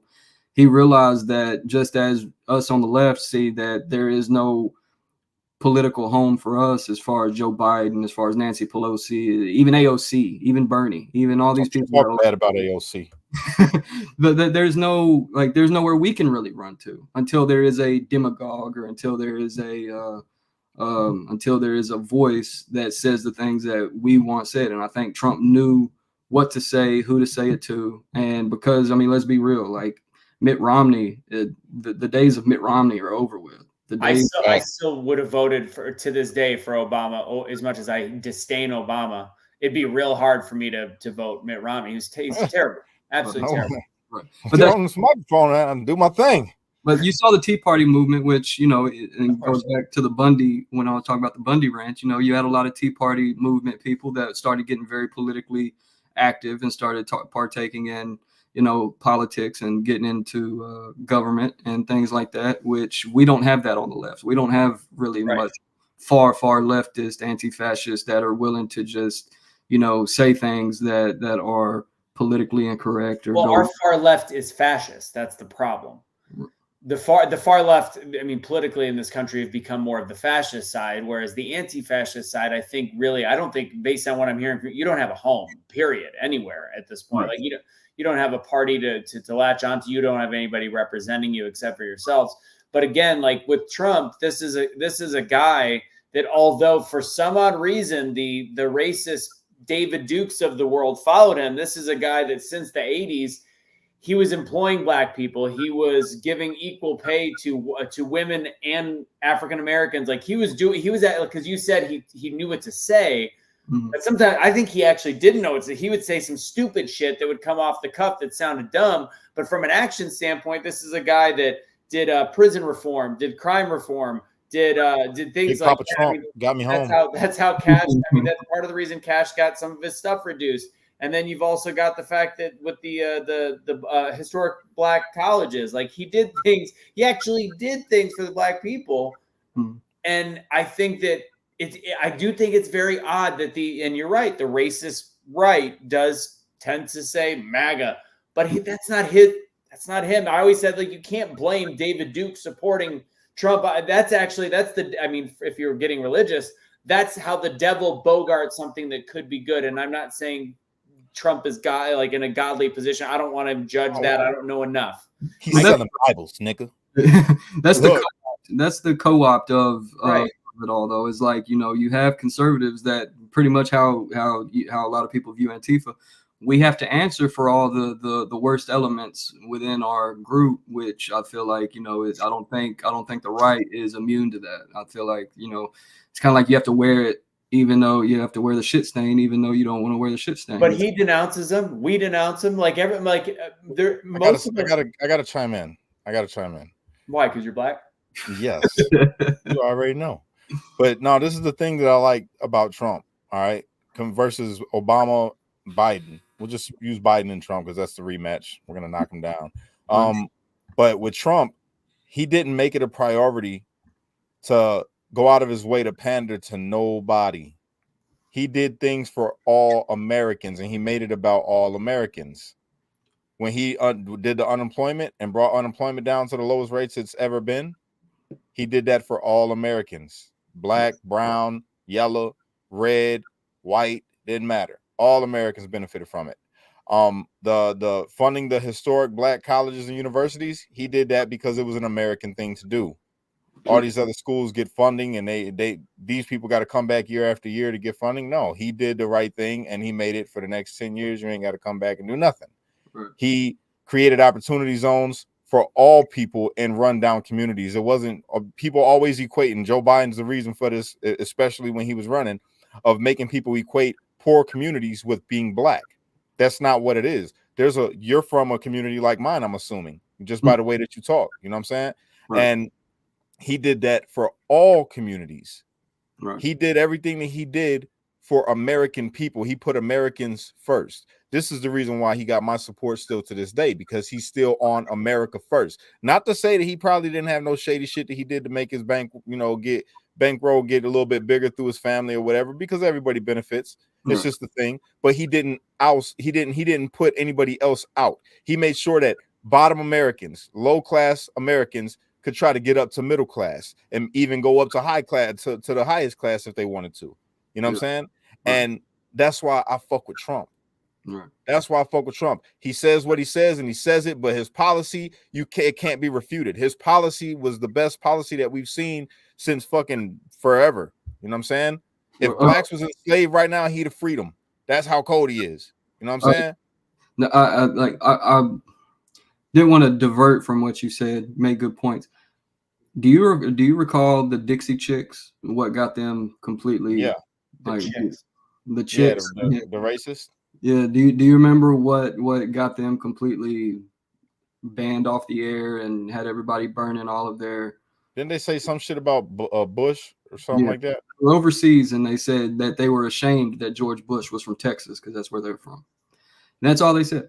So I think another bit of my disdain and why it's hard to get on that Trump train is the double standards that exist within, like, when cancel culture comes. Like, nobody said the word cancel culture when it was Colin Kaepernick. Nobody said the word cancel culture when it was Dixie Chicks. Nobody, because it was pretty much like if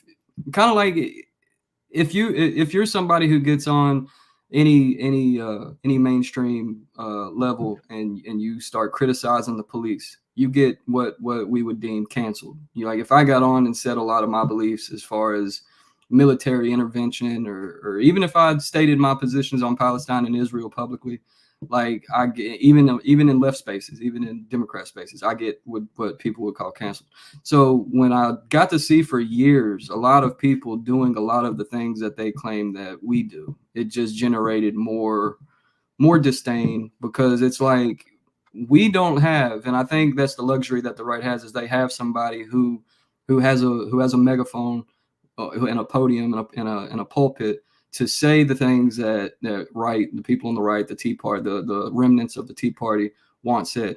We don't really have that, and the only way we have that is through culture, through different means of like, whether it's music, whether it's different ways of reaching, who we can reach. We don't have that demagogue. We don't have that person in the pulpit saying what we want said. So when I saw a lot of the things that were being attributed to us, as far as cancel culture, what happened to the Dixie Chicks, and this was before Trump, that was years and years before Trump, and you've seen conservatives have no problem canceling. They don't, like, and it's not to say that canceling is a bad thing. It's just that's how people respond. Like that's typically what a boycott is. Like that's where the term pretty much came from. If people collectively don't like something enough, you boycott it. Like if you didn't like to be taxed, you threw the fucking tea in the harbor. Like but nobody would say, oh, they the Boston Tea Party was a part of cancel culture. Like no.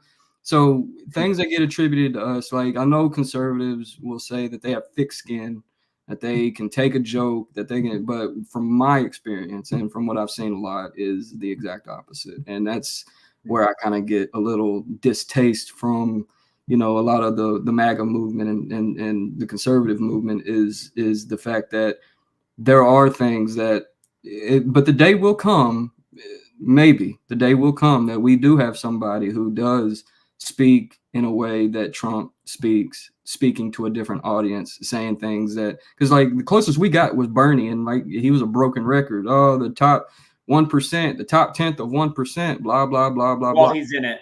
Yeah, while he's in it, and so you have this distrust, and that's the closest we got, and even then it didn't cross the threshold. So it's like we're in a populist stage of American politics where the right won the race as far as it came to finding somebody to speak to a large demographic that says what they want to hear. Mitt Romney wasn't going to say it. Mitt Romney, when he said that 47% thing and that video leaked, it was over. Like that they say that's what ended Mitt Romney, was the 47% remark. And and Howard Dean ended on yeah. So, like the bar was so low that if you got on there and said what Howard Dean said and you get on and say what Mitt Romney said in a private setting, like the bar was so low to ruin your political career. But Teflon Don literally could say worse and it would catapult him. But he doesn't really say worse. But I mean, if you attributed what he has said, and if it was a Democrat that said the same exact word, I don't think it's about Democrat or I think it's just there's something about him that transcends it, and I don't know what it is. I don't think it's about him being a conservative. He's a symbol. I think it comes down again to the people that control. Because look at what happened with Rashid Tlaib. She said some pro-Palestine stuff, and they canceled the hell out of her. Even in Congress, she got censured. That ain't happened in a long time. She can't even, you ain't heard shit from her. Right. She's quiet as a church mouse, sitting there crying. And that's mainly what Democrats have done. Like Democrats and even Democrats put a pretty much a gag order on AOC when she got elected, that she was super pro-Palestine and anti-Israel. Gag order on her. she was pretty much silenced and veered away from that, because most of the donors in the Democrat Party are Zionist, Israeli donors, that you can't have that stain in your party. So I mean, it's definitely not a party thing. So I mean, this whole Israel thing has caused a lot of confusion in all the parties, which is actually kind of comical to watch. Again, different topic for a different day. I'm going to wrap up my part, and I think we end the show because we're at 3 hours. Okay. If there's time where you want to come on a True Tuesday, which is set to an hour, that'd be great. Okay. I want to just make one comment, and I believe as though just based on what I'm seeing, like, and I hate to call one person out because I'm sure they're awesome, and I could tell Cash knows the person, but Priscilla, love you, and I'm going to use this as a learning experience. So Corey for 3 hours has been on here with us, and I believe as though Corey said he was 33 years old. Mm-hmm. The key in the beginning of the conversation was the fact that we have to start having conversations like With this, respect. and then like this, and earning each other's respect to have just an open-minded conversation, and words and tone matters. And there's been just a couple comments like, tell this 33 is not a kid. And based on what I've had the conversation with him, he is more intelligent than most of the 50-year-olds that I have a conversation with. This is a guy that I don't agree with in most cases. So from the only takeaway I can have from this, because I thought there was going to be fireworks at one point, and there clearly wasn't. This was actually a way better show than I could possibly imagine. When you are having conversations with the other side, and I can't even say that with you, but if you're having conversations with people that you disagree with, leading in with words, and I want to be honest, Kelly and I have this problem because sometimes it's just basic communication that is a problem. Talking down, and sometimes I'm guilty of it as well. It's like a parent-child. Oh, there it is. See what you just said? Sorry. Leave Priscilla alone. You leave Priscilla alone. I'm trying to be nice, and I'm not. I'm using this as a teachable moment. That if you start the conversation with this kid or let me teach you something, it will immediately go off the rails. So just realize that we can have a 3-hour conversation where we are realizing we have much more in common than we have different. And that's based off of initial tone, setting a precedent, which, trust me, Cash and I, if Corey would have came out with some dumb shit, Cash and I would have been ready to fucking pounce. No doubt about it. But I actually really, really, really like him. And I really want you to be part of whatever we got going on in the future. I really, really enjoyed this. Thoroughly like you a lot. I think you're fucking awesome. And I want you to know something before we get off here too, bro. Yep. God loves you. Even if you don't know that yet or believe that, you know what I'm saying? God, not religion, not any of the books, the creator that allows you to breathe and see and smell and talk and think, all of that. The one that created you for that gave you that great fucking mind that you got. He loves you. I respect that. I appreciate God loves you. I don't want to say he or she. God loves you. I appreciate it. And so do I, my brother. And if you need me, you got me. All right. Likewise. So there's a thing we do, and when Cash pauses, both you and I are going to go woo. Okay. All right. Ready? Unite. Don't fight. Be a street light, because only you could be the change you wish to see in the world. And when you get too stressed out, you got to remember to pray, America, because without God, everything falls apart. Woo! Here we go. Brother.